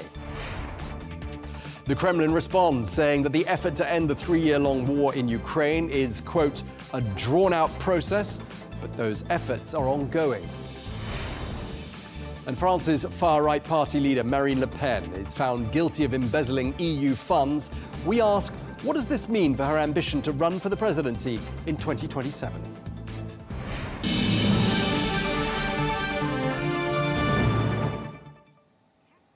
Hello, and thank you very much indeed for joining us. The US President Donald Trump says he is disappointed and very angry with the Russian President Vladimir Putin. This after weeks of attempting to negotiate a ceasefire deal for Ukraine. While aboard Air Force One, President Trump criticized President Putin for attacking the Ukrainian President Volodymyr Zelensky's credibility. Well, President Trump went on to threaten to impose a 50% tariff on countries buying Russian oil. That's if Moscow doesn't agree to a ceasefire. I don't think he's going to go back on his word. You're talking about Putin. And I was disappointed in a certain way. Some of the things that were said over the last day or two having to do with Zelensky, because when he considers Zelensky not credible, he's supposed to be making a deal with him, whether you like it or you don't like it. So I certainly wouldn't want to put secondary tariffs on Russia, but if they were put on, it would not be very good. President Trump speaking there. Well, EU leaders have also become increasingly frustrated with President Putin's negotiating tactics. Speaking today, Europe's top diplomat, Kaja Kallas, urged Russia to show goodwill and agree to a peace deal with Ukraine. What we need is also Russia to agree to this ceasefire, to move on, to show goodwill by, giving back the Ukrainian children that have been deported to Russia or releasing the prisoners of war. Many things that they can show. So I think U.S. also has the role to put more pressure on Russia to stop this war. Well, let's get more now. We can speak to Alessandro Minuto Rizzo, who is the former acting Secretary General and also Deputy Secretary General of NATO. Ambassador, you served as Ambassador of Italy to the Western European Union and to the Committee for Policy and Security of the European Union. It's great to have you with us from Rome. There's loads we can talk about. I just want to start by saying, just looking at the world order as things stand right now. Some are saying that the collective West faces a double wake-up call. We've got an expansionist, aggressive Russia on the one hand and an increasingly isolationist-looking United States on the other. Is that how you see things? And what's being done about this new reality? Well, you were right in your introduction. It's, of course, you simplify things for the others. I understand that. Well, there is one thing I would like to add, because this is clear that we are in a situation which is new, totally new for us. And so you have public opinion very disoriented and many worries all around the world. On the other hand, the new American administration, I think, which is at the source of all this uncertainty, is really new, really new. They came in only on January 20, you know. What do I mean? I mean that, you know, perhaps we can have a certain reservation about a total change, because these people are completely new, you know, except perhaps the Secretary of State, which is a senator, a person who knows the world, but the others are really people who have never been outside the United States, first. Second, I don't think that they know each other well, because the recent episode that I'm sure you have followed concerning sending delicate, sensitive information by mistake to a journalist shows that there is something there which has to be adjusted. So my hope, of course, it's a hope of everybody, but I hope of many people, is that maybe these people will adjust a little bit to realities and become a little bit more the kind of Americans we knew in the past. Right? You know what I mean? Sure. Can I just pick up on that? Because, I mean, you're talking about a brand new administration here. And I think there was some evidence of that, for example, in the latest negotiations on the war in Ukraine, where on the one hand, you had these seasoned Russian diplomats who've been there in some cases for 2+ decades in the same job. And on the other side of the table, you had this brand new team, which you just described for us there. I mean, there is, isn't there, a bit of a mismatch in terms of the skill sets on the two sides? There is a mismatch. I'm sure there is a mismatch. I'm only trying to see, you know, the glass half full, if you like. You know, I'm always trying to look in a positive position because, you know, experience shows that crises arise because human beings are like that and nations are like that. But, you know, sometimes out of a crisis you have a good outcome sometime. So we hope this is the case.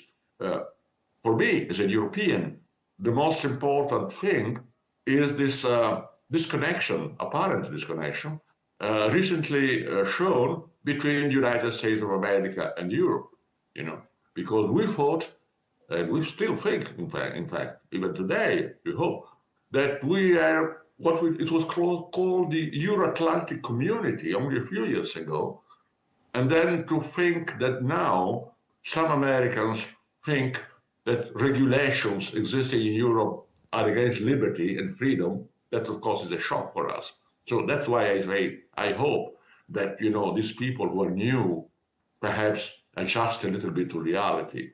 Allow me to say one thing, if I can. When President Obama came to the Oval Office, he said this famous sentence, you know, the phrase, pivot to Asia, you remember that.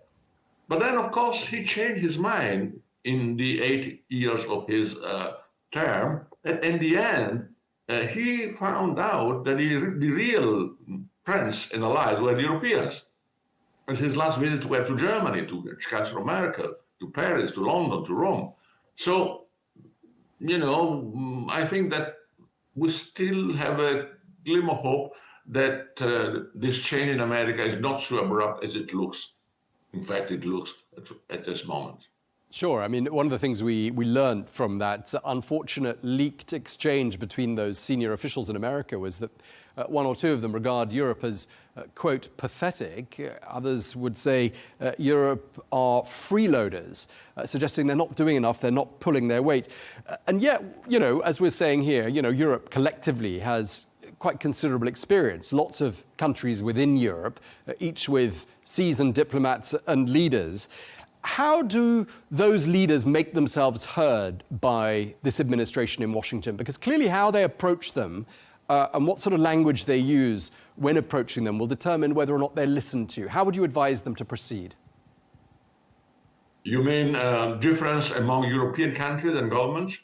I'm saying, how do we get the new administration in the United States to listen to the European leaders who've got this rich experience? Because if they don't approach the Trump administration in the right way, they're going to be disregarded. Well, you know, in Europe, there are, let's say, simplify things, two ways of looking at that.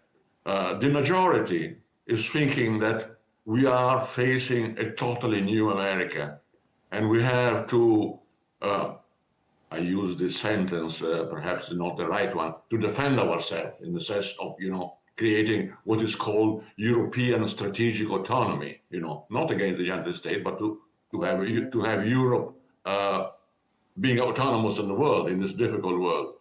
There are other countries, including, I think, my country in this moment, Italy, where the government thinks that perhaps it is possible to build some kind of bridge with the Americans and, to convince them that in the end, it is not so true.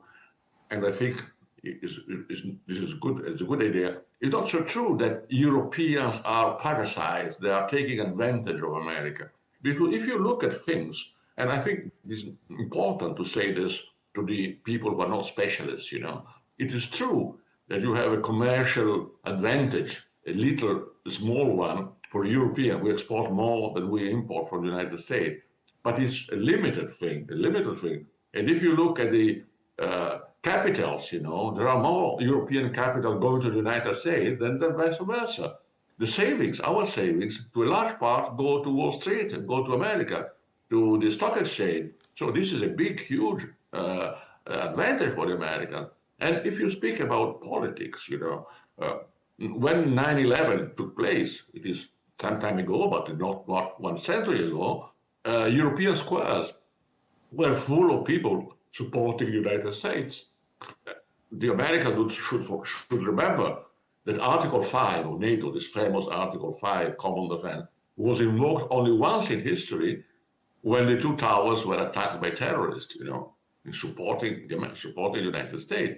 And in Afghanistan, it is a case that I know well because I started the NATO operation in Afghanistan. About 40% of the troops there were from European countries, and 35 to 40% of casualties were European. So, it's not really true that Europeans are free riders, as it is said too quickly by people who are perhaps ignorant.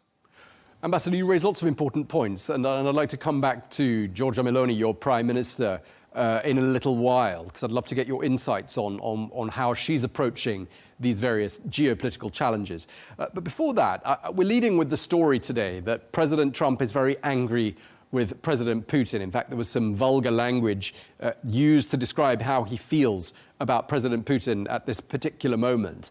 What's your understanding of why President Trump is so angry all of a sudden? This is a very good question. We all would like to know more about that. It is not an easy thing to do.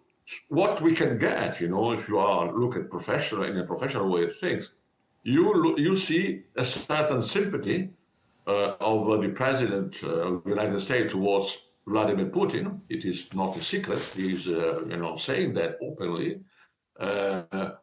But perhaps there is a simplistic view there. I suspect that President Trump is thinking too much, if you allow me to say in American terms, which is not a bad thing to say this, that, in fact, that you have an argument, you can convince your interlocutor, that you are right and he's wrong, or vice versa, and you can reach a deal. The Russian system doesn't work in that way. The Russian system is an old work, is a very sophisticated diplomacy in its own way, I don't like it, but it is like that. And so I think that what in fact is happening today, and your question is the central question, is more that Putin using President Trump rather than President Trump using Putin. So this is only the beginning of the story, because yesterday, as you said, President Trump said for the first time that he's angry with the Russian president. So maybe a sentence en passant like that, maybe it will be changed. But certainly it's a sign that the authority that he thought at the beginning he would have is not working, And in fact, the Russians are bombing Ukraine day and night. In Saudi Arabia, close to where you are speaking from, there were two apparent ceasefires on energy and on the Black Sea, and they are not working. They have not started yet. So we are just at the beginning of the story. The good news, if you like, is that when you start a peace process, history shows that sooner or later the objective is reached. If you think, for instance, Vietnam, it was many years ago, but Kissinger, he started in Paris to start the discussion with the North Vietnamese. They were discussing the size of the table, small details, but then in the end, the solution was fine. So, I still hope that is going to happen. Of course, if you allow me to conclude this, there are two stumbling blocks which are very important. One is land territory. Is Ukraine really obliged to give up a part of its territory? And what about the status? Has it to become a neutral country or what? Indeed, and just going back to this anger of President Trump, I mean, this is a new tactic, and we haven't heard President Trump using this kind of language about his Russian opposite number before. But despite this shift in rhetoric, and then we'll come on to Ukraine and the details of where we're headed with negotiations, until now, a lot of people in Europe were very concerned that there was this perception that President Trump was very easy on President Putin, perhaps too easy. What do you say to that? Do you share that concern? Well, there is one other thing to add to that, From a Russian point of view, well, first of all, let's start from the beginning. The Russian Federation is not the Soviet Union. So it is less powerful and it has less capacity and capability than the Soviet Union. Sometimes we are confusing the two things. Russia is not the Soviet Union. Soviet Union was one country, and it became 15 countries. So there's a little bit. Second thing, which is very important, I think, in the Russian mentality, as far as I can, by experience, know about that, is that the Russians recognize only America as being their equal. So from a certain point of view, it's very good, in the interest of peace, that the Americans say to the Russians, yes, you are a great country, you are very important, we have really to reach a deal. Because from a European point of view, the European Union looks, commercial thing, small country, not at the same level. They don't like NATO, but they respect NATO. On the other hand, they don't seem to respect very much the European Union, because if we follow what is happening apparently, is that Russia is opposed to Ukraine joining NATO, and I think it will never join NATO, in fact, as a matter of fact. But on the other hand, it seems that joining the European Union is all right. So, it's really something completely new. Yeah, it's extraordinary, isn't it, that NATO should be dictated to in this way by the very force that it was established to protect itself and other countries from, i.e. Russia. And Russia is saying who can and can't be a member of NATO. And it looks and sounds like the United States is saying, actually, yeah, Russia's right. We won't let let Ukraine join NATO. I mean, that's what America's saying, isn't it? Well, there are, we are not reasoning in rational terms, because if I have understood one thing is that human beings are not directed by rationality, because one of the arguments which is used very often by Russia is that NATO is an aggressive organization, arriving, coming very close to the Russian border. It is true in the sense that many countries belonging to the Soviet bloc have joined NATO. That's correct. But this doesn't mean that it is aggressive. I think that we have to keep in mind one thing, which is very often forgotten. The Soviet Union, Comecon, the Warsaw Pact, were as they were because in May 1945, when the Second World War ended, that's where the Soviet army arrived. So they were under the occupation of the Soviet Union. After perestroika, after the fall of the Berlin Wall, those countries became, let's put it, free again, independent. They were not subject to any pressure or occupation by and then, of course, those countries, and we know that it's very open, they wanted to join Europe and NATO. And why not, And there is no historical reason for Russia to be afraid of that. The Polish, the Hungarians, the Czechs, the Romanians made their choice in a very clear way, but not in an aggressive way towards Russia, I don't know if I can say something more on that. Sure, please go ahead. Yeah, well, there is one agreement which is called NATO-Russia Founding Act that you can read yourself very easily. It is on internet, you know, May 1997. It shows very well the situation, to my mind. Why? Because negotiations were already underway between Poland, Hungary, and Czechoslovakia to join NATO. So there was no issue that the Russians did not know. They knew exactly that we were going in the same direction. But they agreed on that. And on the side of NATO, in order to dispel worries by Russia of being aggressed, there was the provision expressed in very clear terms that weapons of mass destruction would not be put on the territory of those new members. No nuclear arms, nothing of this kind, and it is very clearly written. And even from the point of view of conventional forces, if you like, it was expressed the concept that the old countries of NATO would put only symbolic troops in the new accessing countries. It means a battalion, 500 men, something like that.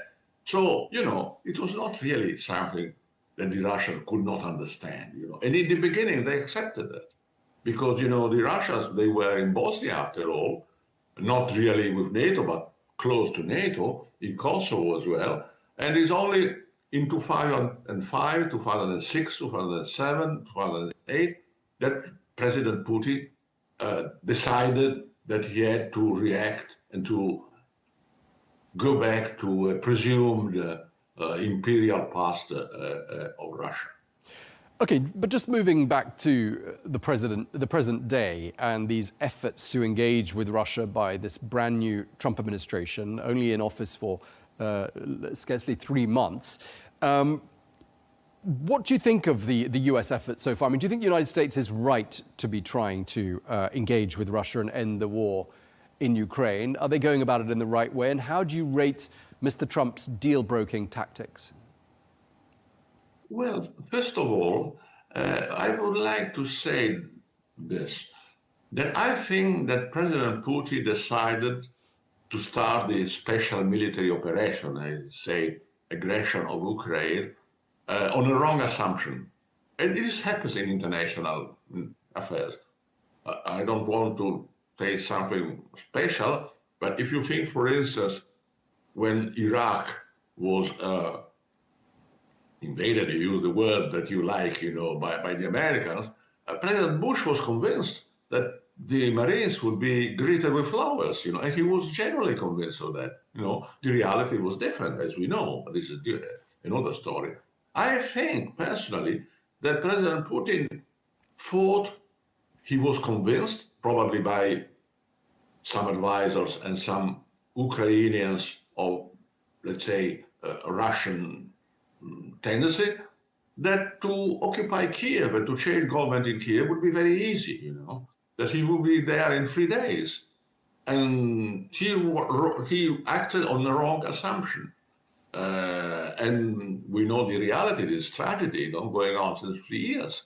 And of course, it has become very difficult to stop it, as we said in the beginning of our conversation, because sentiments are very, very harsh, very harsh. The Ukrainian people, as far as we know, they're really tired and sick because they are poor, they are inferior in numbers, and I think they would be happy to end the war. The only thing is that they have to end it in a reasonable way, an honorable way. And this is really, I think, where things become difficult, because the Russians think in a totally different way. Yeah, and I mean, different kind.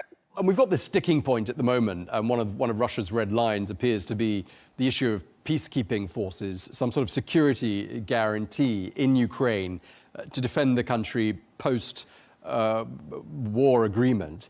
But quite interesting, your Prime Minister, Giorgia Meloni, said, if Russia does not plan to invade its neighbours again, it is unclear why it should not accept security guarantees. She's got a point, hasn't she? Well, if you're speaking about I understand what you're talking about. This issue, you know, about Ukraine joining NATO or not. No, it's not about NATO. It's about having peacekeeping forces that could be from a neutral country, could be from a European country. One of the issues is having this so-called security guarantee for Ukraine. It is a very difficult point. Very difficult point. It's not very clear, frankly, because what Prime Minister Meloni says, she says Ukraine should not join NATO, but Ukraine should be given Article 5 guarantees of NATO, which is, a little bit difficult to achieve, I think. On this, let's say, coalition of the willing, were promoted by the UK and France, is not, to me, clear what their purpose is, I think the coalition of the willing should take place after an agreement is reached, or when agreement is near. But to send European troops, this is a personal opinion, of course, to send European troops to Ukraine, what does it mean, Is only considered to be a hostile gesture by the Russians? Is it going to help really the Ukrainians? I don't think so. It's not a game changer, I understand the reasons behind that. You want to tell the Ukrainians that in the future their statehood will be guaranteed by the Europeans, but I think that we have not to precipitate things. And it is good that things are prepared, but to send European troops in this moment in Ukraine, I don't think it would add to the solution of the crisis. I'd just like to ask you a few more questions about Giorgia Meloni, because she's a figure that we see increasingly on the world stage. And I just wonder whether you think she's doing a good job of being an interface between Europe and this new Trump administration, because she seems to be walking the tightrope quite skillfully, doesn't she? Well, Giorgia Meloni, I think, that she invested a lot on Atlanticism, on, a very strong link of Italy and Europe with the United States. And it worked very well with President Biden, Now, of course, having Trump coming in, and this new, we spoke about that a few minutes ago, this new generation of leaders whom we don't know much about, puts her in a difficult situation, because she would like, I think, I don't know because I'm not close to her, but I think she would like to convince the Americans that the Europeans are not as bad as they think, and that the deal should be an easier deal than what it is in mind. Is it going to work? I don't know, because those new tariff duties will be imposed on April 2, if I remember correctly, and still the Europeans don't know exactly how to react, because of course, we know that from history that imposing duties does not solve problems. You can do it in exceptional cases, but not as normality, You can disrupt international trade, and that would be damaging the entire world, even the countries where you're speaking from, in this conversation. So President Trump seems to be convinced, on the contrary, that tariff duties will solve America's problem. I think that in his mind, he thinks the European and Japanese, etc., friend would move to the United States. But it's not as simple as that. So this is, I think, is going to be really the issue of tomorrow. In a way, even more than Ukraine, because Ukraine, in a way or in another, I don't want to simplify things at all, but I think in the end, something will be achieved, You can control the issue because, after all, it is there. It's very bad for the Ukrainians and for the Russians, of course, but it's there. When you speak about tariff duties and international trade and this flow of capitals, then you are discussing about the world. And about the world, you see now, this is a fragmented world. It is a no one's world, as one book said, And we need a lot of wisdom, which is not apparently there very much. Okay, Ambassador, we don't have very long left, but I wanted to ask you about Greenland. Obviously very much in the headlines the last, couple of months, really. NATO, if I've understood correctly, falls under the NATO umbrella by virtue of the fact that it is a sovereign territory that is controlled by Denmark. What happens, though, if the United States takes Greenland by force? is a good case. We are speaking about things which, only 2 or 3 months ago seemed very, perhaps the object of a novel. I don't know. I think, and again, what I think is that perhaps from a part of the American administration, there is not much knowledge about the rest of the world. You have seen last week, the vice president and his wife, they went to Greenland, and they thought probably in good faith that it was an easy walk. And then they found out that, if they go to the American base, perfect, it's all right, it's legal, it's no problem. But if you go into Greenland and you tell them, you have to become Americans, then the people say, but what are you, no, why? Why should we become American? So there we are. I don't think that the problem ends here. It will be certainly something very serious, and I don't know the outcome of that because this is difficult to imagine. But perhaps there could be some kind of negotiation where you have more American bases in Greenland, but not sovereignty. I don't know.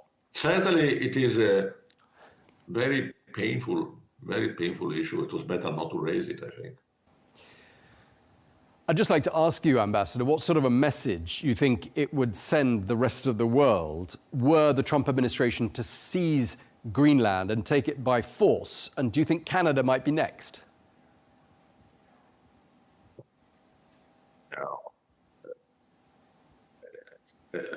On the media, we can speak about everything, but to me, the use of force on Greenland would seem something completely unreasonable, unjustified, unseen, unprecedented, Let's be serious, How can, the United States use force to take Greenland from a democratic country like Denmark with an autonomous region where they voted only 2 weeks ago, and they seem very reasonable, ready to be allied with the United States, perhaps to give more influence with them, but not to become a part of the territory of the United States. So I hope it will never happen, and certainly the rest of the world, I think most of the world would not agree with such a position if it would ever be taken. But then, you have also another point, which we have to take into account in this conversation, is that the President of the United States is making a press conference every day. So he has to say something. And I don't know how much of that has to be taken seriously, as we should probably, or just, something that you say for the media or something that you feel that you will not do. This is very difficult to ascertain at this point in time. We'll need more time. And then there is another point that we are not really taking into account in this kind of discussions, is that we spoke about the international scene very rightly. You asked me the first question was about, the globe, how the world is looking, what is global security. That we don't know how the American people would react to this new kind of attitude, because what is happening now is not really at this point very serious, but capitals, I understand, are going away to Switzerland and other places from the United States. So is public opinion in the United States going to like this in the long term? I don't know. This is really, I think, that will be the decisive factor in the end. Indeed, and this is my last question. I wonder how the American people will feel if their country is no longer perceived as being a reliable ally to old friends, NATO countries, European countries, Western nations. And is, in your opinion, the United States still a reliable ally? I think that the Europeans, I think 99%, they would remain good allies of the United States. And they would like that things remain as they were up to a month ago. This is a general opinion, I think, in Europe, with large majority. Then, I really hope that NATO remains. Why do I say that? With some experience, if you like. Because the Americans are at ease in NATO, because they are part of NATO. They are there, there are international staff. The Supreme Allied Commander of Europe is an American general. They have an influence there. Not absolute power, as somebody said, no, but certainly they have an influence which is more important than the other. This is, I have to accept that, you know. But they feel at home. So you can discuss with them in that context, you know, as being part of the same family, if you can use this term, the same group of people, like-minded people, same values, more or less, same interests, more or less. So now, from what I see, the president is not saying anymore that he would like to leave NATO. So, you know, for the moment, this is something which is staying there. In the past, and I remember I have been there several times, in the past, NATO was very popular in the United States. All polls that I remember in the last 20 years or so show that the majority of Americans, 70 to 75% of Americans, appreciate NATO and are favorable to that. I'm not sure they understand exactly what it is, but the general idea is acceptable to them. And so to say that now the NATO allies are free riders and parasites, I'm not sure it goes down well with the majority of American people, I think. Okay, we're going to have to leave it there. We're out of time, but I really appreciate you taking the time to speak to us. Ambassador Alessandro Minuto Rizzo, thank you very much indeed for your time today. Thank you for your questions. You know, we live in an important moment, you know, and it's very important, I think, to have a wise attitude. Not to be taken too much by emotions, you know. This is very important. There's plenty to talk about, and we could have talked a lot longer, but thank you very much again, Ambassador. Thank you. Thank you to you.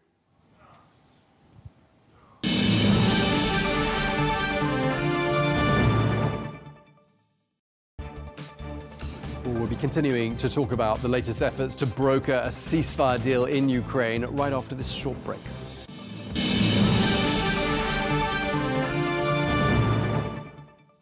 At Arabiya News, we go beyond the headlines. From the latest breaking news to in-depth coverage of global events. We're not bought or sold. Nobody owns us. The loss of life, the destruction of property. The conflicts are such a terrible thing. Context and analysis to help you see the full picture. The world is in a very dangerous place. Join us on Arabiya News, It's very impressive. where knowledge meets perspective.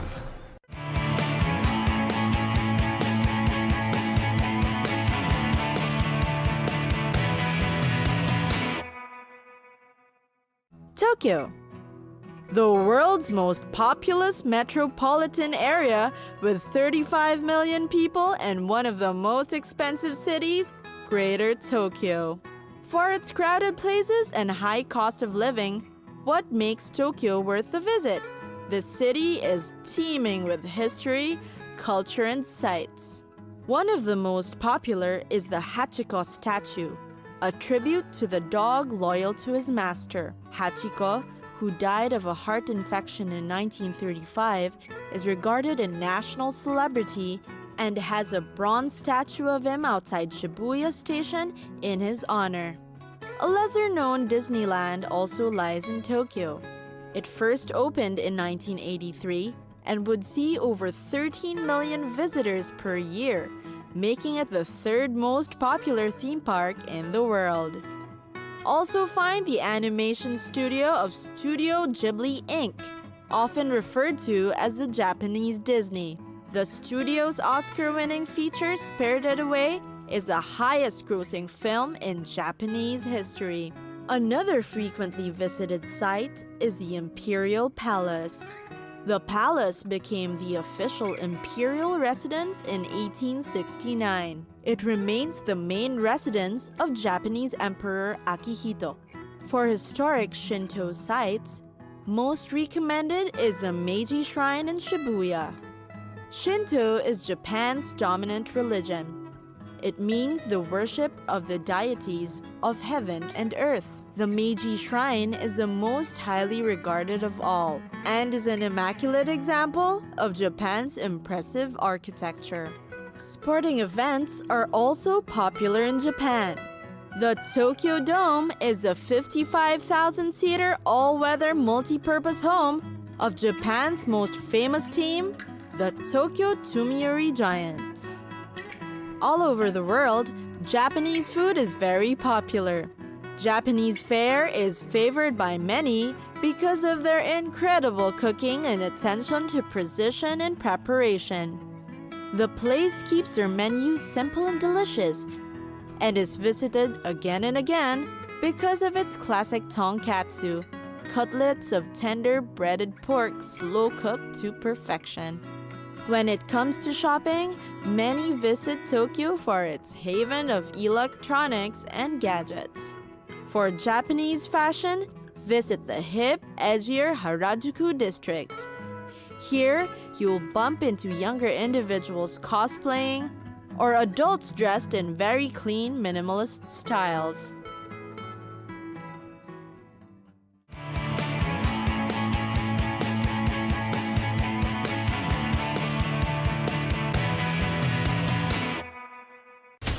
From the White House to Gaza, Kyiv to Beijing, elections, economics, and the environment compete with conflicts and other complex issues for our attention. In an age of fake news, deepfake, and artificial intelligence, they've got to have a vote and a say.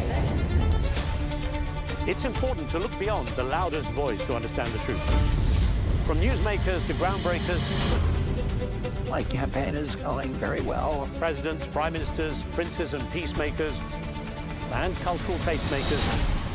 As Arabs, as Middle Eastern, we're too emotional. Join me on the Risan Show for empowering conversation.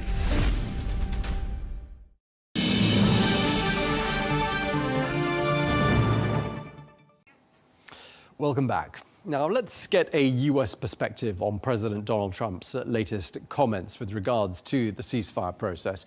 To help us decode them, we can speak to Greg Swenson, the chair of Republicans Overseas, who joins us now from London. Greg, always a pleasure to have you with us.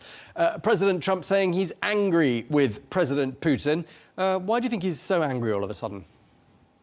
Yeah, I think he's rather annoyed. I'm not sure it's all of a sudden, but it's clearly because Putin is not responding the way that Trump and the administration would like him to. But look, I think it's clear that, you know, he has to pressure Putin just like he was pressuring Zelensky. I don't think that's new. I think that this is just the start of that change. And, you know, his threats, you know, economic threats are showing that, you know, any of this talk about switching sides or you know, supporting or favoring Putin, you know, was just exaggerated and premature, to say the least. I think it was productive to get Putin to the table. Now that that's happened, I think you've got to see some better behavior, and Trump will not be afraid to use economic force to force Putin to negotiate. Yeah, we're going to talk about some of the levers that President Trump has at his disposal. But just to summarize that first point, I mean, it's sort of an overall sense of frustration with the pace of progress and perhaps not quite enough to show for all the efforts. Is that how you'd sort of sum it up? Yeah, I think that's safe to say, Tom. You know, he was frustrated with Zelensky when he was dragging his feet, and now frustrated with Putin for dragging this process out. And so I understand the president's frustration as well as the other negotiators. So, you know, look, this thing is not meant to be linear. This is going to be a difficult process. You know, shuttle diplomacy always is. One of the things that Russia said and President Putin has touted in the last day or two, that maybe one of the things that's particularly irritated President Trump is this idea of a UN interim government in Ukraine while elections are being held. I mean, the idea of sidelining President Zelensky, I mean, is that out of the question as far as the US is concerned, do you think? I would think so. I mean, I can't say with 100% confidence, Tom, but look, I think Zelensky has cooperated, you know, with a couple of bumps in the road, a few speed bumps, notably in the Oval Office. But for the most part, he has cooperated. And I do think that there is a limit, and maybe I wouldn't call it a line in the sand, but there is a limit ultimately about what the Ukrainians will concede to. I mean, We've spoken to quite a lot of people from the Trump administration and people who are very much in President Trump's orbit. And they've said things to us on this channel, like President Zelensky is not a legitimate leader of Ukraine, that he's corrupt, and that he's been blocking elections, he's banned the opposition, and therefore he's not a legitimate leader. I mean, it doesn't sound all that different from what President Putin was saying. And I'm wondering why you think, therefore, all of a sudden, President Trump's decided he doesn't like hearing that narrative. Yeah, well, look, I think some of the supporters of this new methodology might argue, make those arguments, and there is some merit to those. It doesn't mean that it's productive to say them, but I just think it's funny that many in the media in America have really freaked out about President Trump calling him a dictator. I don't think that was particularly consistent with what his quite complimentary diplomacy with Zelensky, but he does occasionally use words, and I think some of his supporters use those words. But it's funny, they called Trump a dictator and a fascist and a Nazi for 9 months during the campaign, and then everybody gets all sensitive when people throw some words around. So look, I don't think it's that serious. I think in many respects they're just trying to counter the arguments in the West that are just so overwhelmingly supportive of Zelensky in rhetoric, but then there's no action. I've never seen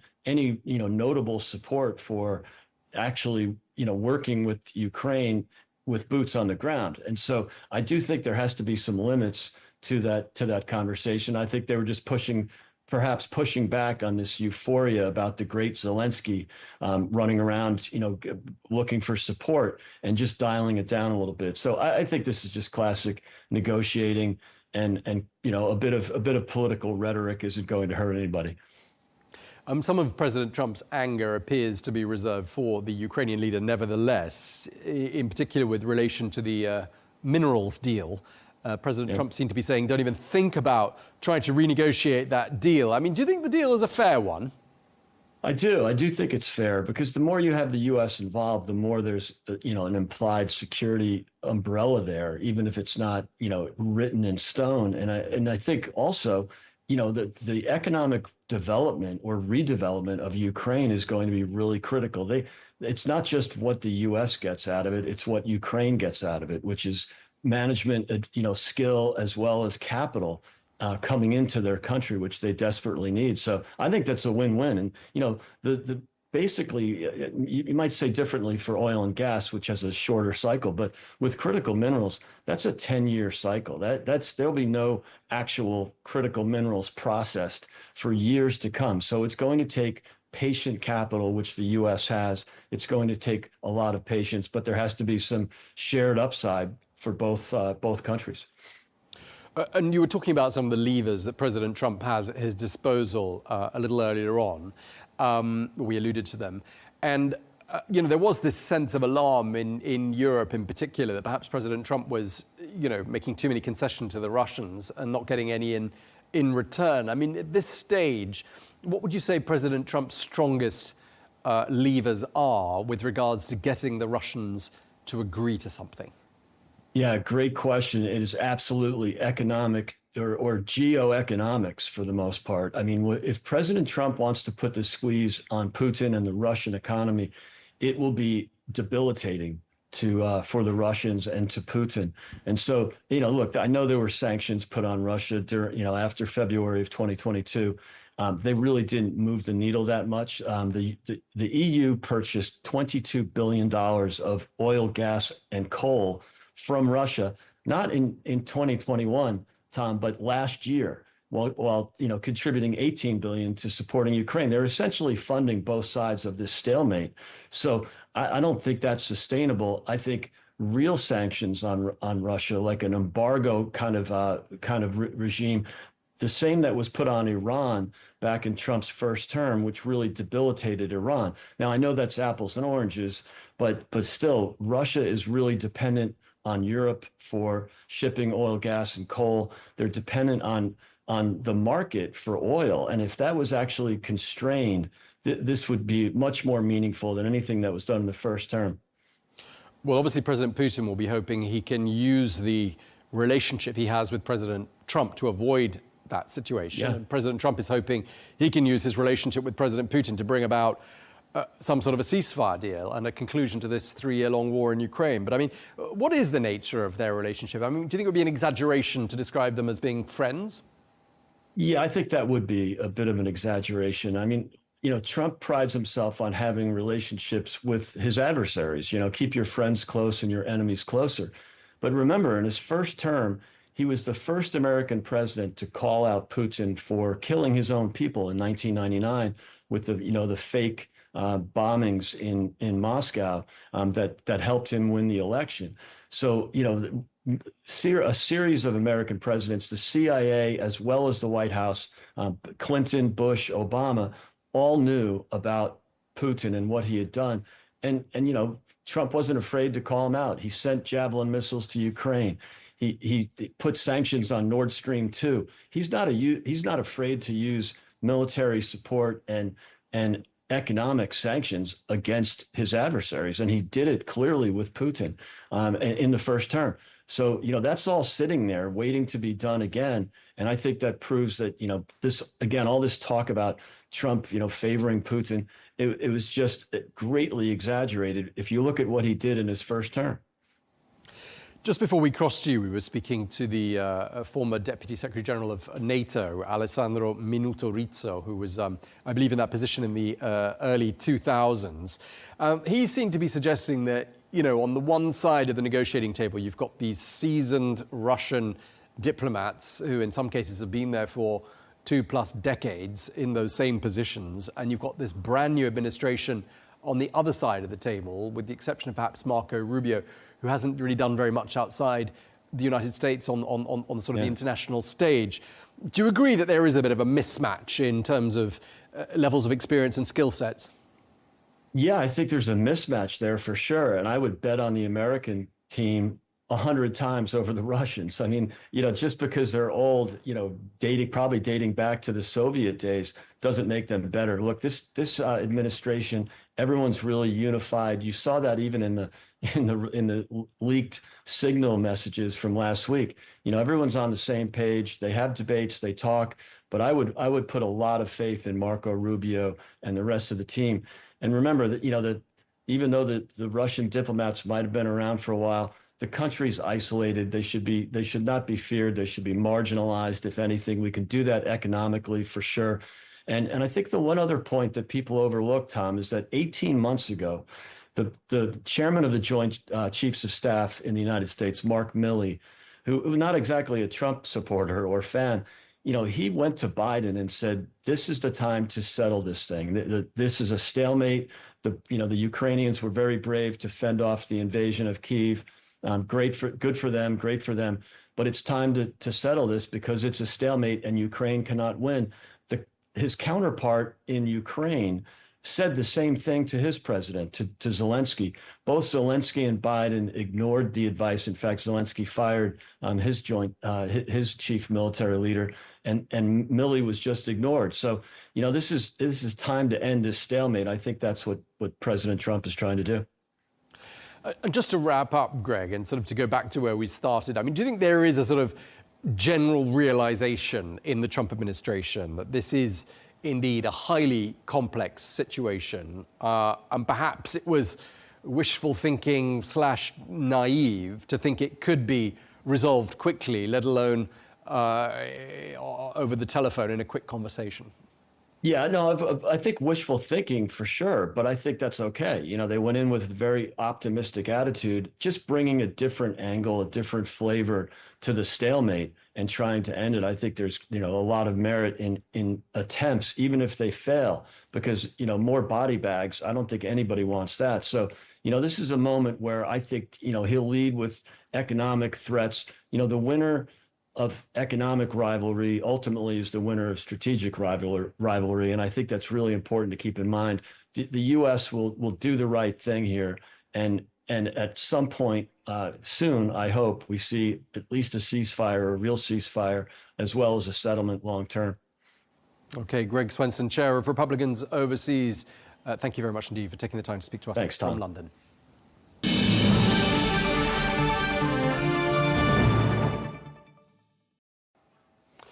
In other news, the French far-right leader Marine Le Pen has been banned from running for the French presidency in 2027 and sentenced to 4 years in prison. This after being convicted, along with 24 other party members, of embezzling European parliamentary funds. Well, Le Pen will also be required to pay a €100,000 fine. Well, observers say she is almost certain to appeal. Well, the French politician has consistently described this case as a political attack, claiming that the judge sought to, quote, bring about her political death. Well, for more analysis, we can speak now to Bénédicte Paviot, who is the UK correspondent for France 24, who joins us now from London. Bénédicte, thank you very much indeed for joining us. I mean, fair to say this is a catastrophic setback for Le Pen and her party. This 5-year ban from public office means that unless she successfully appeals, she can't run for the presidency in 2027, can she? This is indeed a very significant blow, a real setback, not a completely unpredicted one, but a very harsh verdict, really, for Marine Le Pen, handed out today by the French judge. She has been barred from running for public office, as you say, for 5 years, meaning she will not be able to run in the 2027 French presidential election which, according to the polls, she could win. She's been found guilty of something very serious. She's been found guilty of embezzling European funds to finance her French far-right National Rally party. And it looks as if Le Pen expected really the guilty sentence, but she didn't expect, I think, the 5 years being banned from running for public office. And she stormed out in a rage. She's absolutely incandescent with rage. And her lawyer, although we haven't heard from the dame herself publicly yet, she's going to speak, I think, for the first time since the verdict. We won't hear from her till this evening on French national television. And her lawyer has already confirmed that she's going to appeal these sentences. He says that she is combative and that she will tell us what is on her mind herself. OK, so she's not going to be able to run for office, it looks like, in 2027 unless her appeal is successful. She was given 2 years in prison, 2 more years as a suspended sentence. I mean, is she likely, do you think, to see the inside of a prison cell, Bénédicte? She's also been given a €100,000 fine, amende, as they're called in French, some £83,000. That's quite big as well.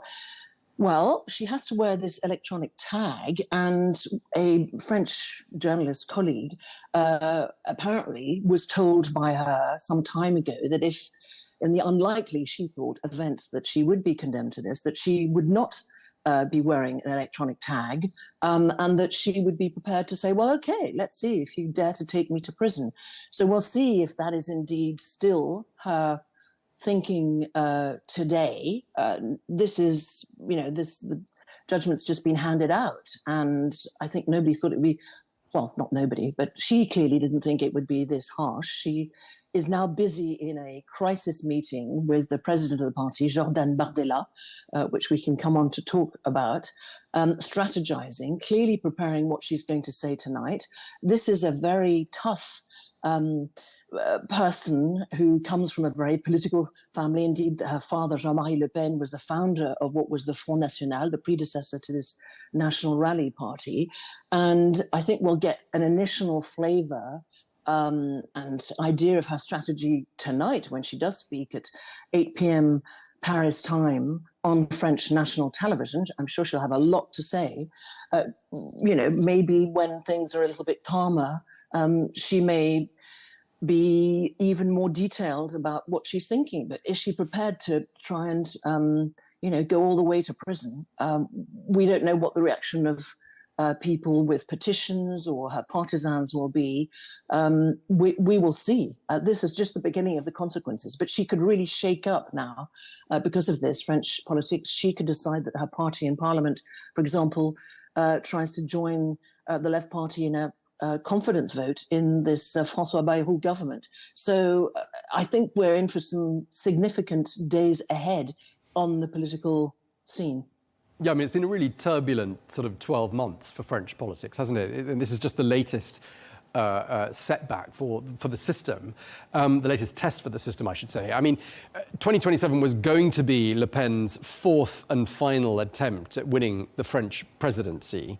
And now it seems like there's going to be quite a lot of people drawing parallels between Marine Le Pen's legal woes and those of President Donald Trump, who managed, despite those setbacks, to win the presidency for the second time. I mean, is that a parallel a lot of people are drawing, do you think? Not a lot, but I think you're absolutely wise to be drawing that parallel already, because I think that she will immediately say that this is a political witch hunt. That is what her closest collaborators and advisors are already saying. They have already been talking to the French media. I'm sure they'll be talking to the international media very quickly as well. They will be saying that although this, let's be clear, was a judicial decision, an independent judicial decision, they are saying the system, the political system in France, they're accusing it of being really stacked against them.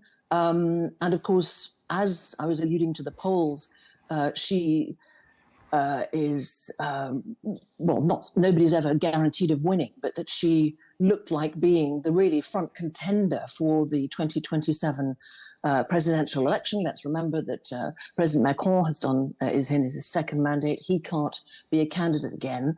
She really thought she had a very good chance, but then she has thought so before of winning. And a lot can happen in politics and in world events, as we well know. It used to be said in British politics that a week was a long time. Now sometimes it takes even less than that.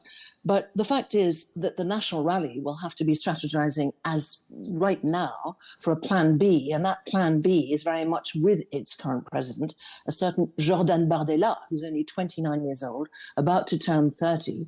And she let it be known almost a little bit reluctantly, she is very clearly his mentor, a few days ago, that she thought that he had the capacity one day to become president of the Republic. So what is she going to announce tonight? What will be her strategy as far as her condemnations? What will be the basis for a legal appeal or an attempt at an appeal, and to try and get rid of that conviction, which is almost not got rid of at all, if that's a word. It's a very, very narrow path, and it's very difficult to predict how this is going to play out. But no doubt she will be claiming that yes, there should be a petition. Other politicians, it has to be said, were worried, even big political opponents of hers, that this could be a problem in the sense of French democracy. But it's funny how politicians, before they're in office and even when they become MPs, think it's a very good idea of coming down hard on corruption of any MP, member of parliament, etc., or political leader, and then when in office don't think that's such a good idea. Yeah, I mean, as we've been talking, reactions been coming in from different parts of the political spectrum. We've heard Nigel Farage in the United Kingdom, where you are, saying Marine Le Pen has been cancelled, he says, on what he described as, quote, very trumped-up charges. Perhaps he's drawing a parallel there with President Trump. We've also, we've been talking about Jordan Bardella, the 29-year-old who may have to now take the reins of the National Rally Party. And he said today it's not only Marine Le Pen who's been unjustly condemned, it was French democracy that was killed. So he's gone executed. Exactly, a little bit further in his assessment. But, let's talk about Jordan Bardella, 29 years old. I mean, has he got what it takes as such a young man to carry the mantle? Well, Marine Le Pen has privately expressed that she thinks that he does. Clearly, her ambitions, I'm tempted to say, even now, are that she should be the one. Her party was very much looking at a scenario of her being elected, she would like and hoped, in 2027 as president of the French Republic. The mandates are now 5 years long, un quinquennat, and to have Jordan Bardella as her prime minister. But if she is not able to hold public office, then, will she 100% back Jordan Bardella as being the presidential candidate for 2027?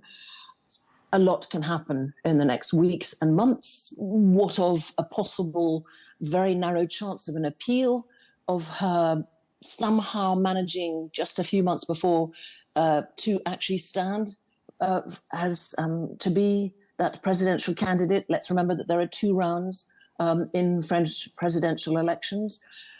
A lot of ifs, a lot of questions. Not everybody in her party believes that Jordan Bardella is the right person. And yet, according to polls again, and some of the latest polls I was looking at just an hour ago, he is actually more popular to stand as a presidential candidate than she is. She has come with a lot of baggage, and although she has managed to detoxify the party again, she has some very, very strong opponents, both in French Parliament and also in the French population. Yeah, indeed. I mean, the Le Pen name and the Le Pen brand is sort of, you know, as you say, it is still toxic in the minds of a lot of people. And we should add that Jean-Marie Le Pen, who founded the party that she's been running, died only a couple of months ago. So what you're saying is, you know, Bardella's doing well in the polls. Some would say even better than Le Pen, according to some polls.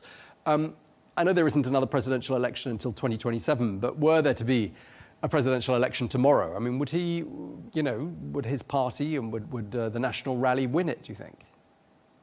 Well, as a well-trained journalist, obviously, there will not be a presidential election tomorrow. It is set for 2027. That is what could happen is something different, equally dramatic. And that is that if there was a dissolution of French Parliament, then according to today's verdict, Marine Le Pen would not be able to stand as an MP anymore.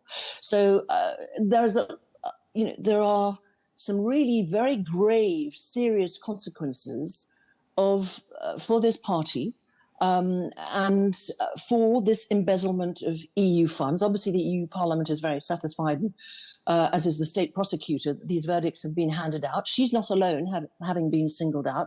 Obviously, her banning of public office is the most prominent, is the most serious, and it will be very interesting to see how this party translates this into a public appeal to the population, having lost quite a few of her collaborators, how they manage this internally. Marine Le Pen has been so consumed by attending trial up until November that she didn't manage her party as carefully as she would normally have done. So, well, let's see. Apparently she's very combative. That's not a surprise. She is very, very disappointed and angry at this verdict. And let's see how other politicians in France as well react. And if, for example, there was a call for demonstrations for her partisans, what will happen with a crisis of maybe a vote of confidence in this current François Bayrou government? So there's a lot that could play out, that will play out, no doubt. Where the sort of dominoes fall will then influence the rest. And this is sometimes, it's events, dear boy, is one of the British expressions in British politics. It will be, who knows who's going to be actually the candidates in 2027? Who knows what world events, as they are changing so significantly, will it be somebody with a strong economic background or not? Clearly, Marine Le Pen wants her party to be front and center of that presidential debate. She would like to lead that candidacy, but will we see a Bardella candidacy? Those are some of the questions we ask ourselves today in 2025. What will happen 2 years down the line? We'll be reporting on that, no doubt. I look forward to speaking to you about that. But before then, just one final question to you, Benedict. Just listening to, to sort of wrap up the conversation and just listening to a lot of what you've been saying, how would you explain, to what would you attribute the enduring popularity of Le Pen, or maybe now Bardella's National Rally Party? What is it that's made it resonate with its messaging and the French public? Appealing to those who feel they are the forgotten, appealing to those who are unemployed and who feel that there is an elite ruling the government, ruling the country, that despite holding down a job, they can't afford, sometimes 2 jobs, they can't afford to pay their everyday bills, gas, water, electricity, etc. That she has done very successfully of people from all kinds of walks of life and social backgrounds. It's not just the working class. Globalization has been a very big thing, putting France first with jobs, with all kinds of issues of identity. Those are the things that she has managed successfully to appeal to the French people, which has explained its success at the European elections and indeed at the last, well, let's say, limited success, ultimately, as they are not part of the French government. And she will continue to say, I am the one, a bit as you were alluding to President Trump before, I'm the outsider. I'm the one who really represents you. We can change things. We will put you first. That is what she has successfully managed to do, unlike her father, the founder of the predecessor of the National Party, Jean-Marie Le Pen, who, as you said, died recently. What a year Marine Le Pen is having. Indeed. Well, thank you very much indeed for taking the time to speak to us. Always a pleasure. Bénédicte Pavio, UK correspondent for France 24. Thank you very much indeed.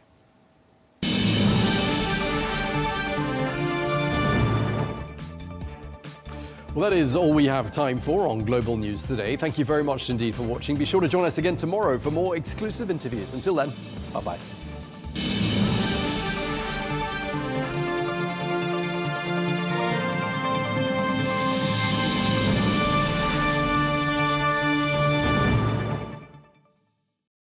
At Al Arabiya News, we go beyond the headlines. From the latest breaking news to in-depth coverage of global events. We're not bought or sold. Nobody owns us. The loss of life, the destruction of property. The conflicts are such a terrible thing.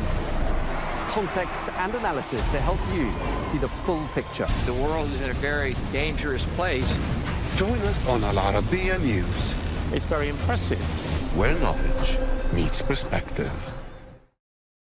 From the White House to Gaza, Kiev to Beijing, elections, economics and the environment compete with conflicts and other complex issues for our attention.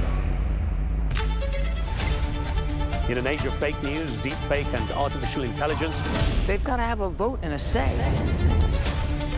it's important to look beyond the loudest voice to understand the truth. From newsmakers to groundbreakers, My campaign is going very well. presidents, prime ministers, princes and peacemakers, and cultural tastemakers. As Arabs, as Middle Eastern, we're too emotional. Join me on The Risan Show for empowering conversation.